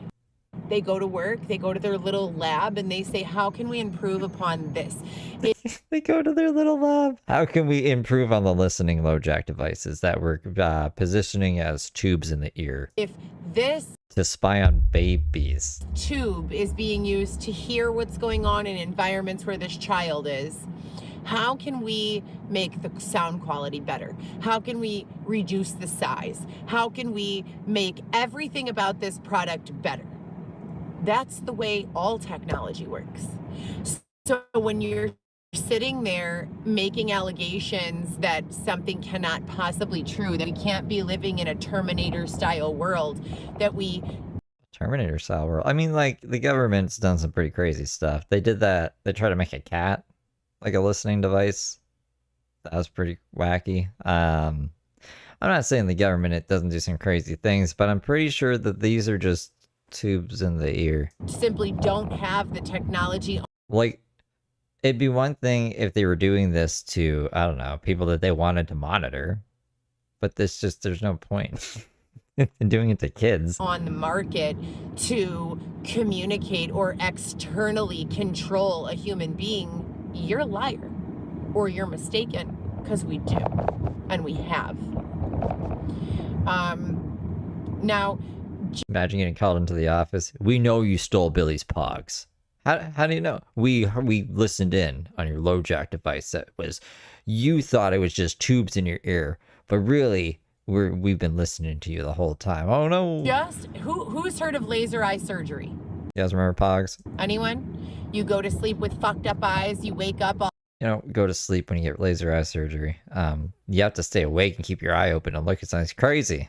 I'll never get laser eye surgery. of a sudden you see 20/20 vision, maybe even better than 20/20 vision. Who's heard of the Meta Ray-Ban glasses? Anyone? You want me to believe, as an intelligent adult woman with 4 children, that we have the medical advances that are needed in society to literally put a tube inside of a child's ear while they're unconscious to repair someone's vision in under 30 minutes with a laser? Two completely different things. But you want me to believe that we don't have the ability to use the same technology being used in Meta glasses that go in a frame, in a contact lens, or as an implant on the actual eye? No, of course that's the thing. It's just like, how would you? There's barriers, right? Like, how are we going to, like, how are the batteries going to work? If it's a clear contact lens. Damn, y'all. I'm getting ready. Like, I'm starting to feel like Christmas. At Cindy_Lou_102. Super chatted $10. If you have hearing aids, are you now a robot? How much can you get for being a robot? Asking for my son. He's got a great job and functions normally, so I can say this. He had the tubes first. Thank you for the 10, Cindy. Yeah, I guess you're a robot or a cyborg, as Heather says. You're just a cyborg living your cyborg life. But, like, really though, like, how are we gonna power these contact lenses that are apparently taking video and are gonna, like, have you see an overlay of things to help you navigate through the world or whatever? I think is what she's describing, right? And one day, but not today. I'll fucking argue with you all day, bro. This Sure, but you gotta understand, like, the limits of technology first. is society.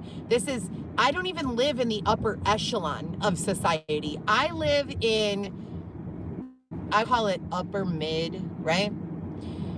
Better than regular mid, but not as good as Lux. You know, that's where I'm trying to get to luxury living, right? And I've been there before, and it's fucking fantastic. If they tell you it's not, they're lying. But this causes me to think all these things while I'm sitting there externally. Have you guys ever seen those shows where there's like, if I'm the main character in the show, it's like little devil Heather on one shoulder, little angel Heather on the other shoulder. It's crazy because Brooke was just talking about this today in the past. They're both adorable and hot, you know. It's been described like this. She was, anyways. You know? And they're just like, no, don't do it. And the other one's like, yes, you've got no choice. You've got to do it, right? That's me at all times in every situation. All times in every situation. Benefits, you know, possible negative outcomes, risk mitigation. What? She's an old lady crossing the street. Devil Heather's like, hit that lady, hit her, run her over. And then, like, Angel Heather's like, why would you do that? That's crazy. Don't do that. Don't do that. One day, Angel Heather's going to be like on vacation or passed out and, you know, kill a bunch of people. Hopefully not. Hopefully that's just me being crazy. what's the best choice. There's very little to no impulsivity with regards to me and my thought processes. Yet we're at this space I did. in the world and in time where there are people who are profiting off of the ignorance. And by ignorance, what is the definition of the word ignorant? Xavier? Oh God, Xavier, you been paying attention? What's ignorance mean? Not knowing. It's not really necessarily, I thought he said monopoly, but I guess he said not knowing. you know, a derogatory or insulting, you know, thing to say about someone. It's, you know, could be true, and you could mean it in a way that's not at all harmful. But this ignorance surrounding technology is something that many are profiting from substantially. There is huge stakeholder access, stakeholder interest, and stakeholder benefit in the involvement of people who do know about these technologies, monitoring the people who do not. Should we watch the Who Wants to Be a Hovenair? I gotta find it. It's not on the list. Victims, so to speak. Are there people who know about this type of technology that are using it for ways that are not nefarious? I'm sure that there are. I'm sure that there are many of them. But there are absolutely, most definitely people who are using this shit to be harmful. And I can attest to that firsthand. I mean, have you ever been looking at something and then all of a sudden you knew more information about whatever it was you were looking at than you ever had in your entire life? Downloads? What about that story about the Neuralink paraplegic patient using brain waves with a Neuralink implant in his brain to turn the radio on and change the radio station? What about it? What about it, Heather? Why are we bringing... I don't know. I don't know what your point is. We can change the radio station. Here, let me, I gotta keep it centered. Bibbidi bobbidi boop. Xavier, how many days a week, with or without a gym membership, was I engaging in at least 30 minutes of exercise or more, not including pushing the cart or bike riding? When we were staying at Airbnbs, No, not when we were staying at Airbnb. we would go daily. Every day. When we were staying at Airbnb, I was pregnant with twins. Xavier. Yeah. When you woke up this morning, was your first thought, how can I be the most miserable motherfucker out here? No. Okay. Just making sure. Xavier. Hmm? What day did you have the issue with the Russian impersonator cop and the vehicle pulling onto your front tire? That sounds insane. Last week. So that was January of 2024. So, and then we got a part 2 here. It wants to... Oh no! It wants to work. Holman now! Xavier, what stores did we go to today? 2 stores we went to. Target And TJ Maxx. Target and TJ Maxx. This one's harder. Xavier, where was I January 6, 2024? Along with every other fucking day in January so far.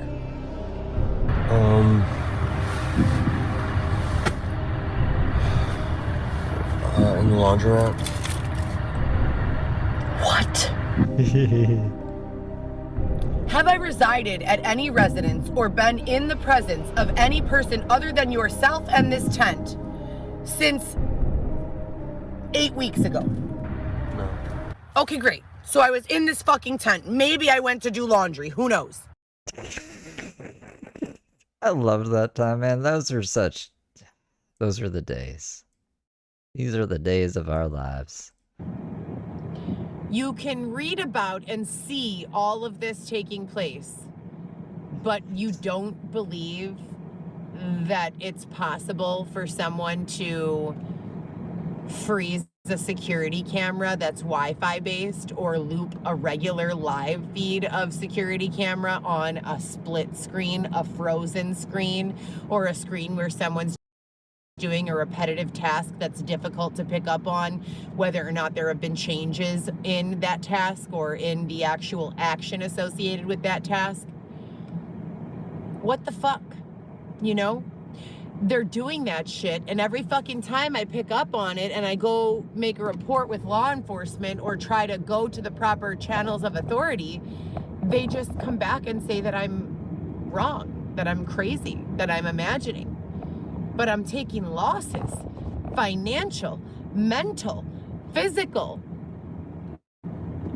familial, because they won't acknowledge that what I'm saying is true. So what the fuck am I supposed to do? Half of us are being kept in this space of the world where we're supposed to believe that certain things don't exist, while the other half of us are using them on a daily basis to get money, get ahead, build homes, build safety. Safety. What is safety? What is safety? What is safety? What does safety mean to you? It might be a house. It might be a line of protection. It might be access to information. It might be a physical, mental, or virtual space where a person can go to not feel, like anyone else can harm them, steal from them, do something just pleasurable to them. That's what a safe space or a feeling of safety is. If not knowing is providing that safety to some people, but destroying it for others, is it morally or ethically sound to continue to decipher on a person-by-person basis who is ready to have access to that information? Should there not be a formal regulatory system in place for when a person starts figuring this shit out? Because the more I find out, the more John Wick I feel. Someone said earlier she thinks she's John Wick. Apparently she does. Apparently she's fucking John Wick, you guys. If we're being honest. The more they... Yeah, well that's why you need cyborg ears. If you have cyborg ears, you could listen to Heather for days at a time. They make me appear to be crazy. Xavier appear to be crazy. You guys are both crazy. I actually was told in advance that they were going to call this a regression and that they were going to be externally controlling me for the purpose of sending a message that I don't want to fucking be a part of. So what do you do when you're me, Heather Gillespie, sitting in her own body, seemingly being controlled by people who are not Heather Gillespie? Quite a predicament. Nefarious third-party control. External control.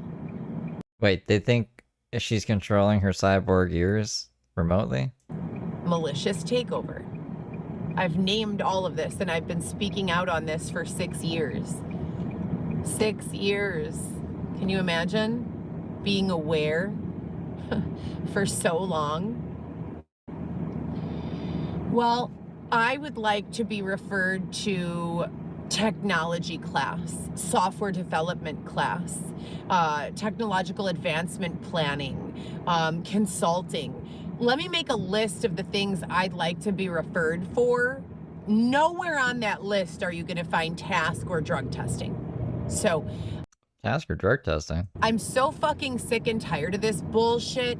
I want to be around people who are greater than I am, who can help me lift myself and then reach and hoist my family up to this space of existence that I know is real. Oh, she's gonna go on about the 5th of 5 again. The fucking 5th of 5. So 4 people do all the work, and then the 5th person's Heather Gillespie, and you just help her. She doesn't really have to do anything. You guys already paved the way. The 5th of 5. I've lived before. That's my interpretation of it. I thought about it way too long the first time we heard this shit, so I'm not gonna give it too much thought tonight. That I've enjoyed living, and I would like to only exist with my family in that space. I would like to be the fifth of 5 in groups that are making millions and billions. I would like to be the 5th of 5 in groups that are lifting weights and competing as bodybuilders, the best bodybuilders of all time. I would like to be the 5th of 5 of people who are the best mothers ever to their children. I just want to be a bodybuilding billionaire best mom ever. Is that too much to ask? I would like to be the 5th of 5 to the best wives in the She wants to be the best wife too. Oh my god. entire country, in the entire world. But everything is subjective. So how do you create those groups?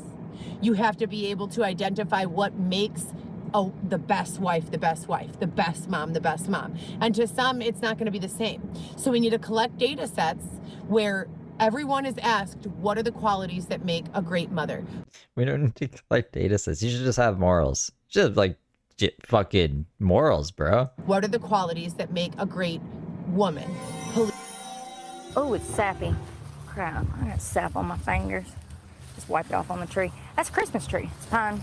At Velvet D3360 super chatted $1.99. I'm glad Heather G is back. Wonderful tears of joy fire grin. Thank you, Velvet. Thank you for the 2. Police officer. I'm glad she's back too. It just wasn't the same without her. Wife. Secret Service agent. CIA agent. Scientist. Biology student. God, what is she listing off? Doctor. Friend. You know, all of these things. Those are the 5th of 5. Oh, that's the people she wants to associate with. That I want to be a part of. Those are the groups that I want to be a part of. 5th of 5 in real estate. 5th of 5. You fucking name it. Makeup applicators. Makeup artists. Fashion models. I want to be the 5th of 5 in those groups. You know? I'm tired of fucking being the 5th of 5 in the drug test group. So, is that her way of saying like she's been doing drugs? She's been drug testing without her knowledge or without her consent? I'm tired of being the fucking 5th of 5 in the group that bends over and gets fucked in the asshole, no lube. Raped, for lack of a better term. Oh my god. I don't want to fucking be the 5th of 5 in that group anymore. I don't want to fucking be in that group at all. Don't want to be a part of that group. So while I'm asking for an exact play-by-play of what it is that is required of me to no longer have to be surrounded by mediocrity, they're coming back and saying, well, just go with those fuck-ups some more. That should help. That doesn't help me. Listen to me clearly. This goes for anyone in the United States and world. If you are trapped with a group of people that engages in any sort of behavior that is deemed inappropriate by the rest of society, but you are blocked off by any external influence or guidance and only submerged in the bullshit, you become part of the bullshit. Are you part of the bullshit, Heather? The system is making me a part of bullshit that I've never been exposed to or a part of before, and calling it being a deep state asset. Heather Gillespie is not an asset to anyone. Definitely not the deep state. Stay weird, stay chill. Thank you for becoming a good little angel. Fuck you. I want to be a mom, the best mom.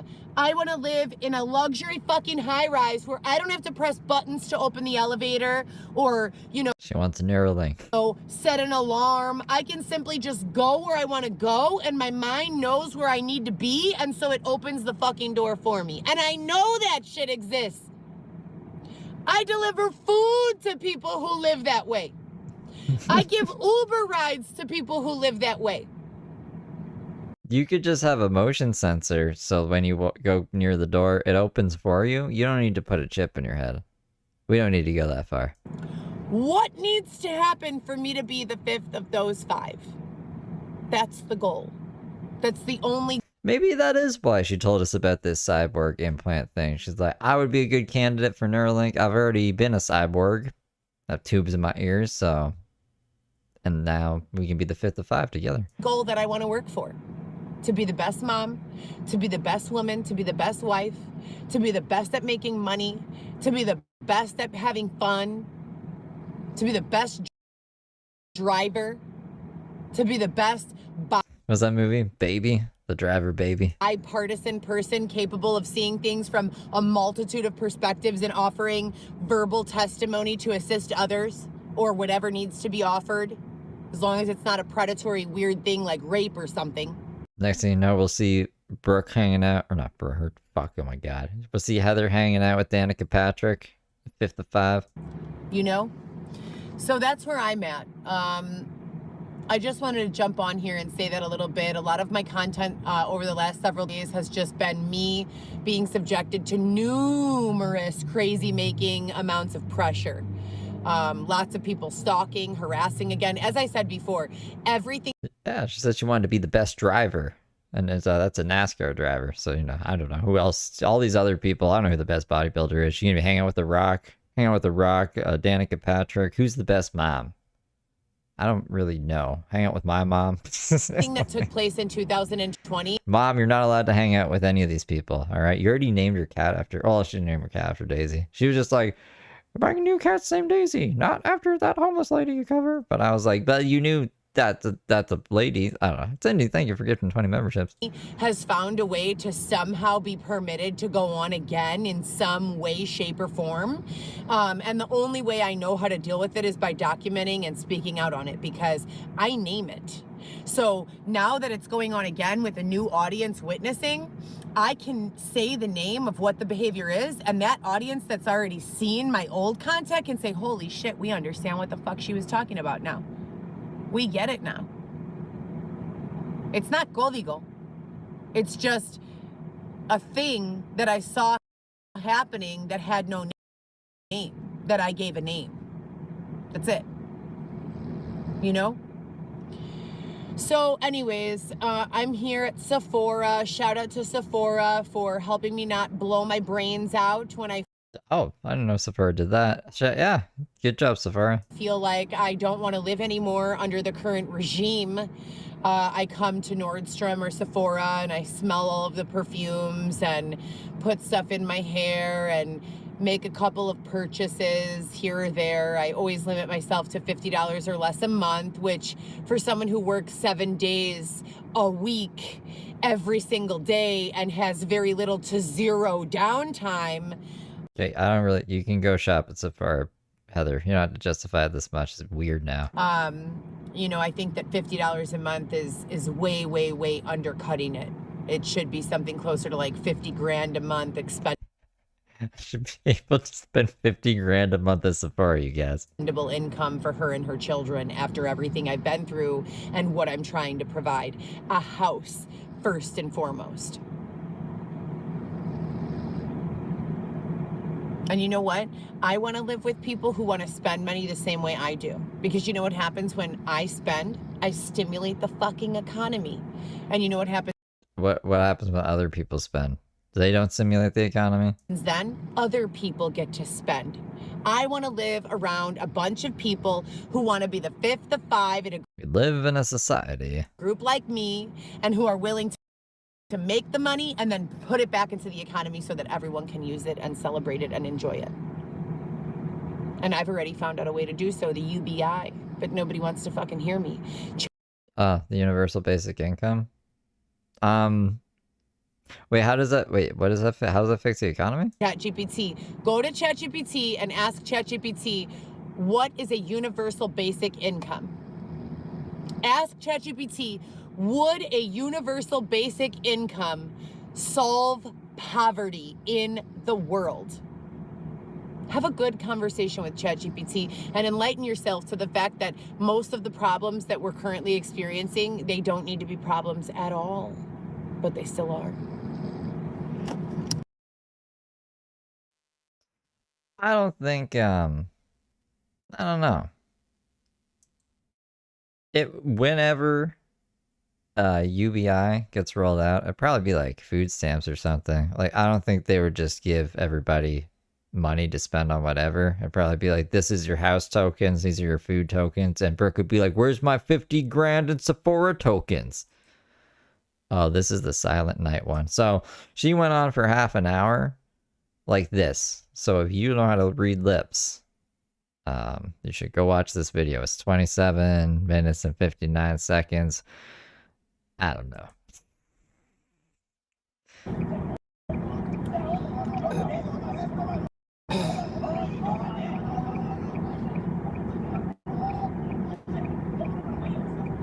And I think this is like pretty much a silent one too. I don't even know why she did this live.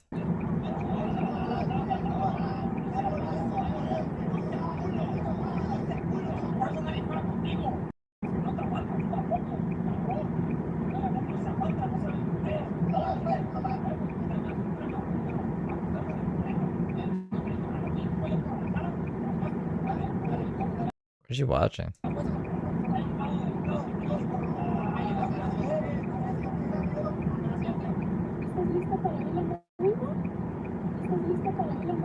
Hoy se cumple el sueño de mi tigre campuzano. Después de muchos años, después de que me chingué la rodilla.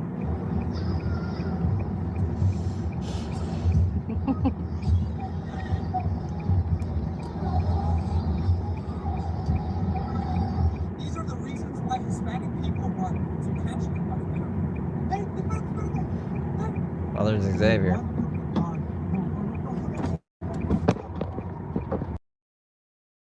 Okay, so they asked for a very brief summary of what took place while Xavier and I were together and houseless. Understand that for approximately 18 to 24 months prior to meeting Xavier, I was also alone without a home, thrown out of my own house that I shared with my ex-husband. My name was not on the lease.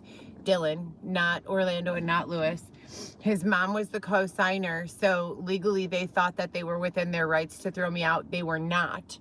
You do have rights as a person who lives somewhere, with the landlord being aware that you're there, your kids have a room there, and you have an agreement with your significant other that you will live together in that capacity. You have rights. They're not squatters' rights. They're you're legally inhabiting a residence. And yeah, you're not your husband. It wasn't your place. It was his family's place, wasn't it? She was like in the basement. And obviously, like, when you guys break up, why would Dylan leave? You have to leave. Those are the rights that apply to that circumstances. Or to those circumstances, but I was not receiving access to those rights or that justice or that advocacy. So the first two... Is this part 6? I have to go back in the transcript so I don't annoy anyone who's paying attention. Did she say this is part 6? 2 years were spent alone, and I was mostly in hotels and Airbnbs, sleeping in the backseat of my car, on the couches of my friends and family members. Then my vehicle, a Cadillac CTS, got stolen and sold at auto auction without my permission. I don't think she said it was part 6. This might just be a recap. And consent or knowledge. After a man told me that my car was safe in his lot, it was like a storage lot, because I needed to pay $2,000 to replace the engine in my car after people who were stalking me intentionally messed up my car. And every time that they would break something, the mechanic would replace it, and then the next day it would be another thing. They actually keyed the car and left like a 6-point star and a 5-line hashtag and wrote the letter 11, which is also my life path number. So she means an asterisk, not a hashtag. It's a butthole. She called it a butthole before. And a pentagram? I never heard of the pentagram before. It got really spiritual and weird at the same time. Yeah, really spiritual and weird at the same time. You know, the 5-line hashtag. And that happened while I was parked in a gated community.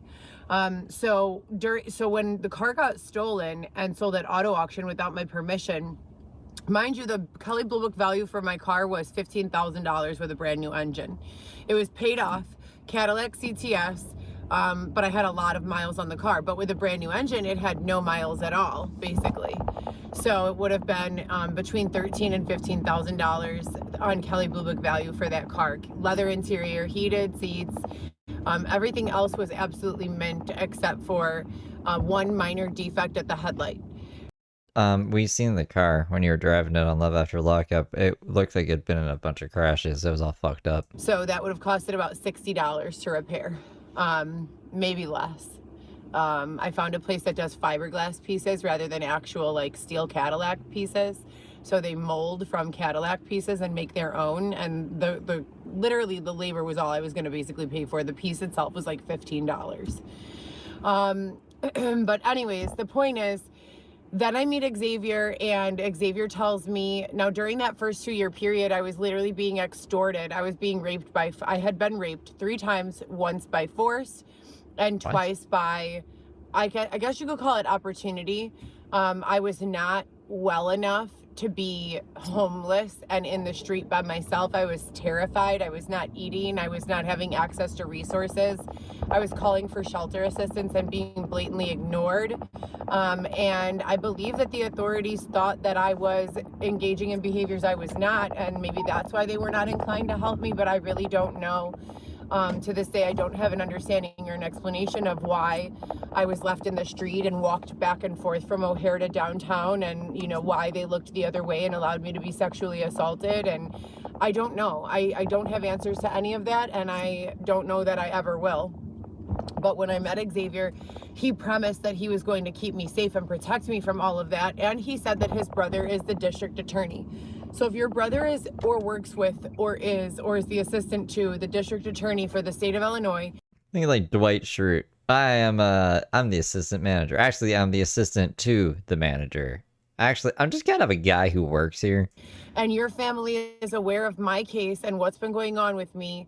That to me, and you're going to keep me protected from, you know, sexual assault, then that's like a no-brainer. And he did. He took me to a safe house in the Gold Coast where we stayed for 4 weeks, 4 to 8 weeks, and then abruptly had to leave that space with no reasoning why in a big dramatic production. And I didn't have a lease to be there, so I had no legal standings to take it to court.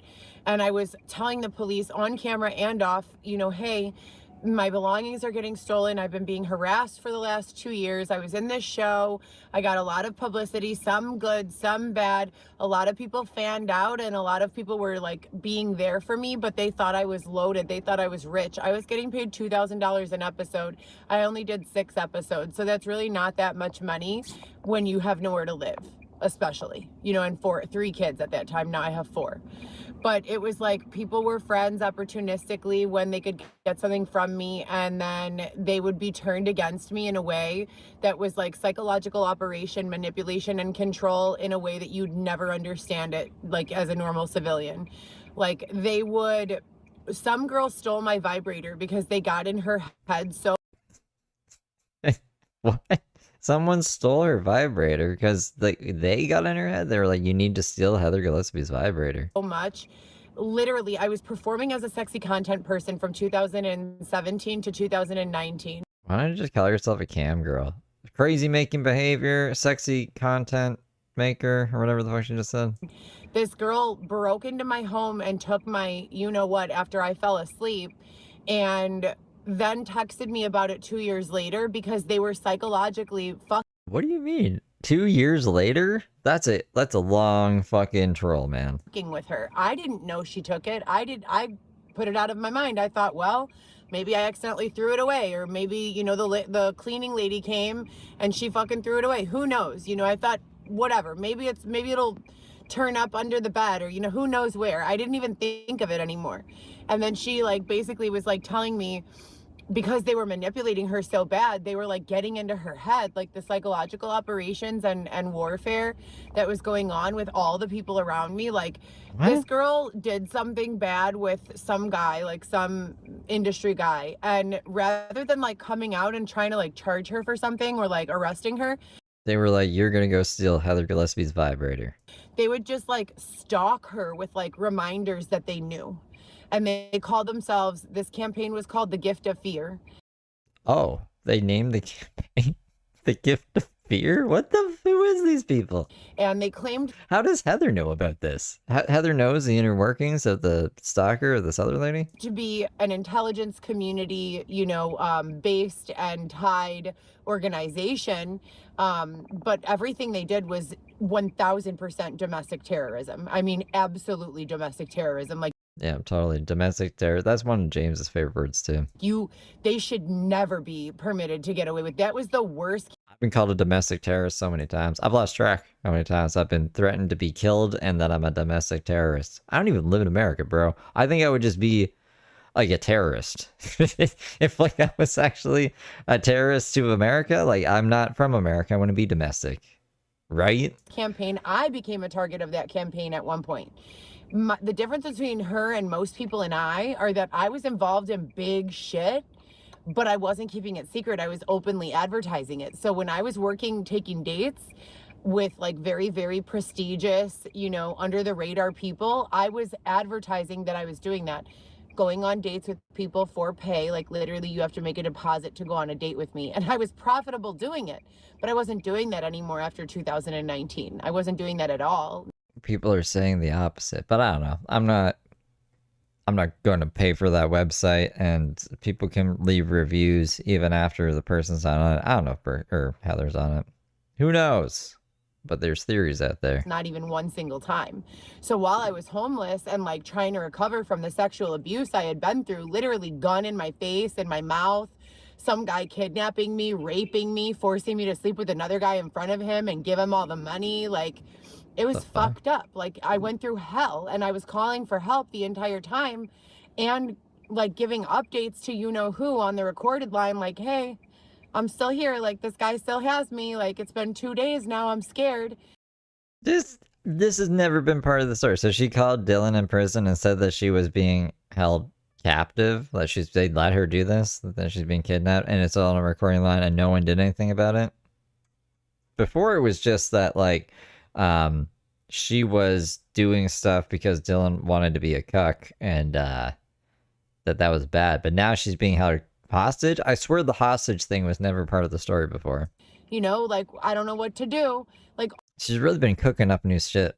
She's been writing the novel over the year that she's been missing. All of this is on the fucking recorded line, and they did nothing to help me, dude. Like, they did nothing. They sent no law enforcement. They sent no army, no military, no advocacy, no nothing. Like, they just collected all of these recordings and never fucking stepped in to help me, ever. So when Xavier came and said that his brother was the district attorney and that they wanted to help me, besides the fact that yeah, was she supposed to be looking after her kids? What the fuck? That's a good point, Ryan. The fuck? My name wasn't on Dylan's proffer, so I felt like they were trying to throw me. Not only is there liability for them having all these recordings and not doing anything to help me, but there's also like a whole tremendous amount of liability with regards to the fact that they involved me in all of these proffer type deals with Dylan on a recorded line for years and never stepped in to make sure that everything was okay. But then when I finally said, no, I'm not going to do it anymore, they separated me from my children. It's the most crooked regime that you could ever fucking imagine being, involved with. And I didn't involve myself. I was involved intentionally by Detective David Shepard, who said that if I did not surround myself with these people Wish we could get an interview with David Shepard. Dave, where are you, Dave? I need you, man. Single day, and text him updates every single day that he would have me arrested and have my children taken to the DCFS. And I had no criminal record, and still to this day have no criminal record. I have never been to prison. I have never been convicted of a crime in my life that wasn't... That's bullshit. A ticket. That's my extent with crime. So it's all been really fucked up. I went with Xavier, and I stayed with Xavier because his brother was supposed to be stepping in, on these charges against other people to protect me. And to this day, his brother has been MIA, has not gotten involved in any way, shape, or form. And why would Xavier's brother get involved with this and risk his job? Like, really, if Xavier's brother does work for the DA, yeah, I'd be staying away from this. I wouldn't touch this with a 10-foot pole. There's been a whole lot of other adversity that I've noticed with his father, with his mother. Nothing seems normal. Nothing seems, legit. Everything seems just really fucked, at all times from all angles. And then before I know it, when I feel like I'm literally about to die, something switches. It's like someone switches the lights on, and everyone who was acting crazy before. And when I say acting crazy, I just want to confirm that I'm not saying, like, I don't think that people who recreationally use drugs are crazy. I don't do that. You know, I don't use coke. I don't use party drugs on a regular basis. I have before. I've tried ecstasy, you know, several years I like how she calls them party drugs. ago. But the point is that I'm trying to make is just basically that, you know, I am a person who doesn't get in trouble. I don't run around with the industry crowd doing cocaine all day and partying it up. And I've never That's the old Heather. been a part of that group. So if that's the justification that your group is using to kind of justify not offering me the assistance that I, as a citizen of this country, deserve, as any human being deserves because of human rights, then you can cross that off your list, because that's never been what I've been a part of. I've always been a hard worker, a hustler, a business person. Are these cars parked here? Because this is literally the turning lane. And we've gone through 3 light cycles and they haven't fucking moved. I guess like Tylenol would be a non-party drug. Aspirin. Can you see what's going on? You're a terrible co-captain, honestly. What do you want Xavier to do? Yeah, there's people in front of you, they're not moving. What can Xavier possibly do? So anyways, the point is... It's just...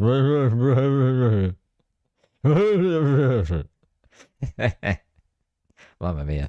I didn't fucking, you know, deserve to go through what I went through one time. I most certainly don't deserve to go through it now. And they're withholding my money. Yesterday, they only paid me $47 fucking dollars again. $47 again. I make $159.72 minimum required every single day. And they fucking paid me $47 again yesterday. That's all they paid me for the entire day. And it's Christmas month and I have nothing. I have nothing. So Xavier's father has, like, literally I have 2 suitcases full of clothes and then a inflatable mattress, a sofa, and a pack and play that I got for Weston so that I could bring him home from the DCFS.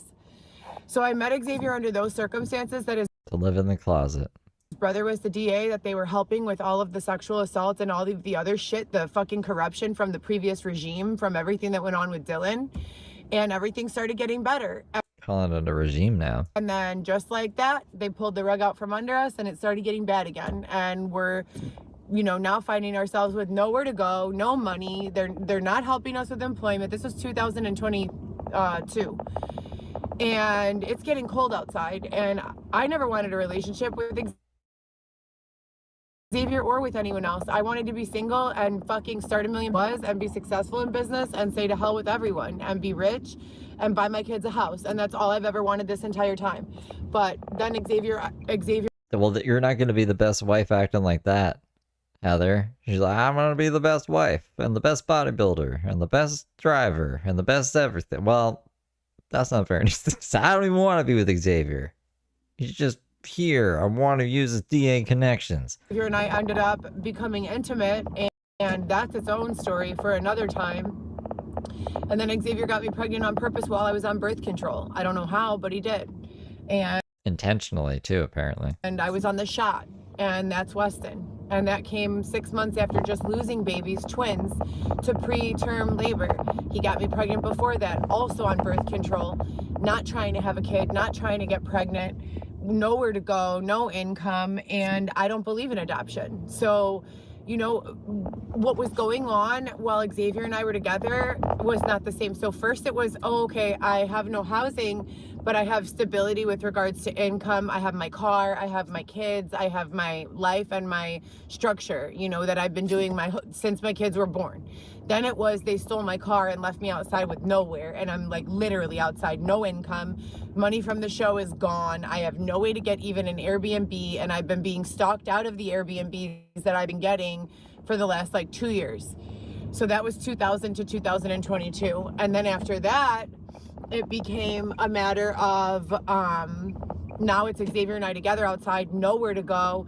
If we tried to put up a tent at night to put a lock on it so no one could fuck with us or harm us or steal from us, the cops would come and start like hitting it with their stick, saying there's no tents allowed here. No tents. They tried to like funnel people into like these areas all together, which is the worst thing that you could ever do, because no assistance ever comes, and then you just have these havens for crime and people to blame the crime on.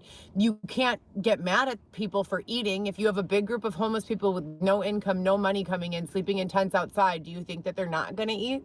They're going to eat. They're going to go get food from somewhere, right? So, but now by putting them all together, all of the bad habits of one become kind of washed into all of the bad habits of the other. And by bad habits, I can't get mad at a person for eating rather than starving. But the garbages, you're gonna get mad at the garbages. I just can't. I can get mad at a person for breaking into someone's home. Or yeah. Well, those are two completely different things. Of course you can get mad at someone for eating, but of course breaking into someone's house is bad. You know, and stealing food out of their fridge, that's a completely different story. You know, so and that does upset me. But the point is, Xavier and I did not do anything like that. We basically just stayed awake, walking around, sleeping, and it was cold, dude. It was fucking freezing, sleeping in stairwells, sleeping in wherever the fuck we could go to sleep where no one would fuck with us or rape us or harm us physically. And then when I finally got so pregnant with Weston, I was about 3.5 months pregnant, so maybe about 18 weeks. And I started having contractions again, and that's the same time I lost the twins. And I said to Xavier, I cannot walk anymore. If I keep walking, I'm going to have contractions. We went to the hospital, Northwestern and St. Joseph's. I was put on a fetal heart rate monitor and a monitor for contractions. She broke into, I don't know whose house it was. She said it was Dave's house, but the wife of the person who actually owned the house, I don't know who the fuck Dave is. So yeah, just some person's house. At which point in time they told us that I was fine, that I was not having contractions when I was laying down in the bed, and that I should go on bed rest. They were both made aware that we were houseless. I gave them all of the case numbers for all of the times I called social services and housing and shelter assistance. They did not help us with anything. They basically said that they had no luck with 311 getting assistance for shelter since before the pandemic, and they left us outside with nowhere to go pregnant. It was at that point in time. They can be scary. She's almost done for the night. And we got like 7 minutes left. That Xavier got a tent and we put it at Belmont Harbor Yacht Club, and I did not move again without the use of a wheelchair until after Weston was born, because every single time I would get up, I would start going into tremendous pain, contractions, all sorts of like fucked up shit, and I didn't want Weston to die. So to then give birth to him and have the DCFS attempt to charge me with child neglect and what was the other thing? Neglect and oh shit, what is it called? I just said it yesterday. What are the charges, Xavier? That's another quotable thing. What are the charges, Xavier? You should know the charges. They're your charges, bro. Dude, you fucking know anything, bro. I swear to God, like you've not been here the entire time. Child neglect and child. What are we being charged with, Xavier? Neglect. Another word that means you're being neglectful, basically. And I went. Yeah, I'm pretty sure it's endangerment. Yeah, child endangerment. Went in front of the judge and I said, really, judge? So I'm the neglectful one standing here with 30 fucking case numbers, begging, medical records showing, hey, I'm going into preterm labor, please help me. Doing every fucking thing I can do. Negligence and something else is what they are trying to charge me for with Weston. And I said, everything I've done was to keep him safe. Like, if anyone should be charged with negligence, it's not me. It's the shelter system. It's the hospital system. It's, of course, I'm not having contractions when I'm laying down inside the hospital with, you know, food and water and watching TV and breathing easy and relaxing. Walking around in the middle of fucking winter, 5 months pregnant with nowhere to go, terrified, having back pains, random contractions, no food, nowhere to lay down. That's when I'm having the contractions, you know? And they're like, yeah, we haven't been able to find help with any sort of shelter system since before the COVID pandemic. 311 has never showed up to pick anyone up this entire time. And, you know, we're sorry, but you can't stay here. They wouldn't even let us sit in the... There was a, like I told you guys this before, she could have went to a women's shelter, Xavier could have went to a men's shelter. But they didn't want to do that. They wanted to do drugs in the tent. Lobby. Xavier, am I lying about that? They would not even let us sit in the lobby of the hospital. So, you know, there was nothing negligent at all about it. I did everything. Well, that's why I think she kept switching doctors too. Remember, she doxed her doctor? This is her number. Everybody call her. I don't think she's a real doctor. So they would drop her, and then she'd be like, I'm a victim. No one wants to take me as a patient. That I could to keep myself stress-free and calm so that I did not go into preterm labor and Weston pass away like the twins did less than 6 months before I got pregnant with Weston. The twins, I had to be taken by ambulance with one of the twins' bodies already having expelled itself from my uterus and the other one having to be surgically removed. I have been through absolute hell, and you people, rather than fucking standing up for me and... No, she just wanted like some kind of documented proof that it looked like she was trying to get medical assistance for like her pregnancy. But if you watched her during that time, she's very combative and not, it didn't really seem like she wanted any help. She was just trying to have this not happen, like not get charged with neglect or endangerment. It kind of backfired. And saying, no, dude, that's not what happened. She didn't, you know, do X, Y, Z, leave her alone. You know, don't fucking stalk her anymore. She's scared already. Like, let her work, let her make her money, let her be a mom to her kids. You fucking loser. What else can we do to piss Heather off? How else can we scare her? Let's put fake notices under her door. Let's take shits in her toilet and not even fucking clean the toilet or flush. Like, I don't understand that. You know, I will never understand that. But the point is, it was not a walk in the park for Xavier and I.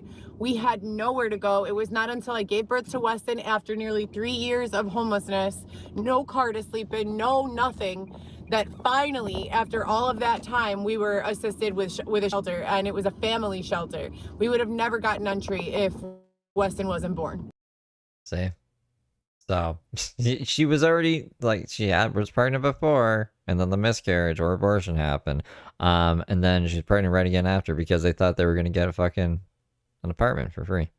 So, and then after that, I found a job in the industry again, bartending. I worked as a bartender for maybe 2 weeks before they changed me to cocktail waitress. Then from cocktail waitress, I did everything. She's saying that people are breaking into her house and taking shits in her toilet.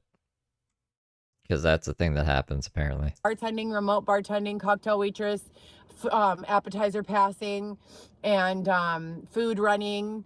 And yeah, you know, I did that for 9 months at Spin Chicago. And then when I left Spin Chicago, Why did you leave Spin? I just started driving Lyft full time, and I've been working as a transportation and food delivery person ever since that time. I used to drive DoorDash in 2019 to 2021, and I got Dasher of the Month all the time. And now it's just a bunch of fucking haters around me, like as per the usual, for whatever reason. The guys that come around are creeps and perverts. They want you to, like, you know, be intimate with them. And if you don't like them or want to be intimate with them, then they, like, threaten to take the money from you. And I don't like that shit. So I don't know. It's been getting intermittently better and worse. And Xavier and I are doing all right for a relationship that started under extreme duress for, you know, complete reasons of codependency, and not in the psychological sense of the word, but like, we have nothing individually. We need assistance. We don't want to get raped when one of us close our eyes. Like, we need to help each other. But his brother has still done nothing, and this is in court. So not much progress has been made in court. I've showed all of the proof of everything to the judges, and they've not really. The first judge said he was going to. I couldn't find anything of verifying that. I think that's just a troll. To be home after a week. I think they're just trying to get him to come back because he's like gone right now. He might be in rehab, maybe, or dead. Rehab or dead are my two guesses. I don't know Michael Heiler that well though, so maybe it's something else. And it's now been almost 2 years. And then the big kids, all that this situation with Weston did was kind of push all of the drama that's been going on with me, you know, being there to provide for the big kids to the side.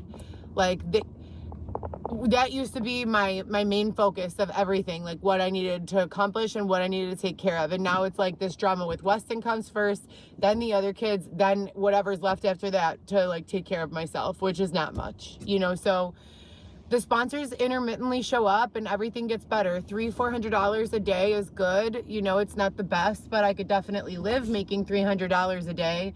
It's I could definitely live. No shit. 9 grand a month. Yeah, I think he can probably live. It's impossible for me to live making $47 fucking a day. I need gas money. Like, gas in itself is $30 fucking.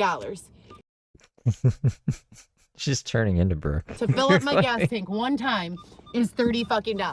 I've never seen a saga yet with Heather having a car.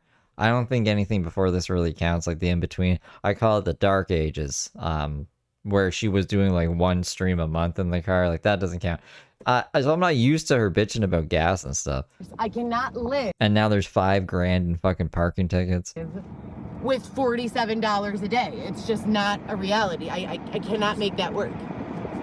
So hopefully something will pick up soon, because like I said, everything was getting back to normal and stable. Everything was moving in the direction that I really needed it to move in.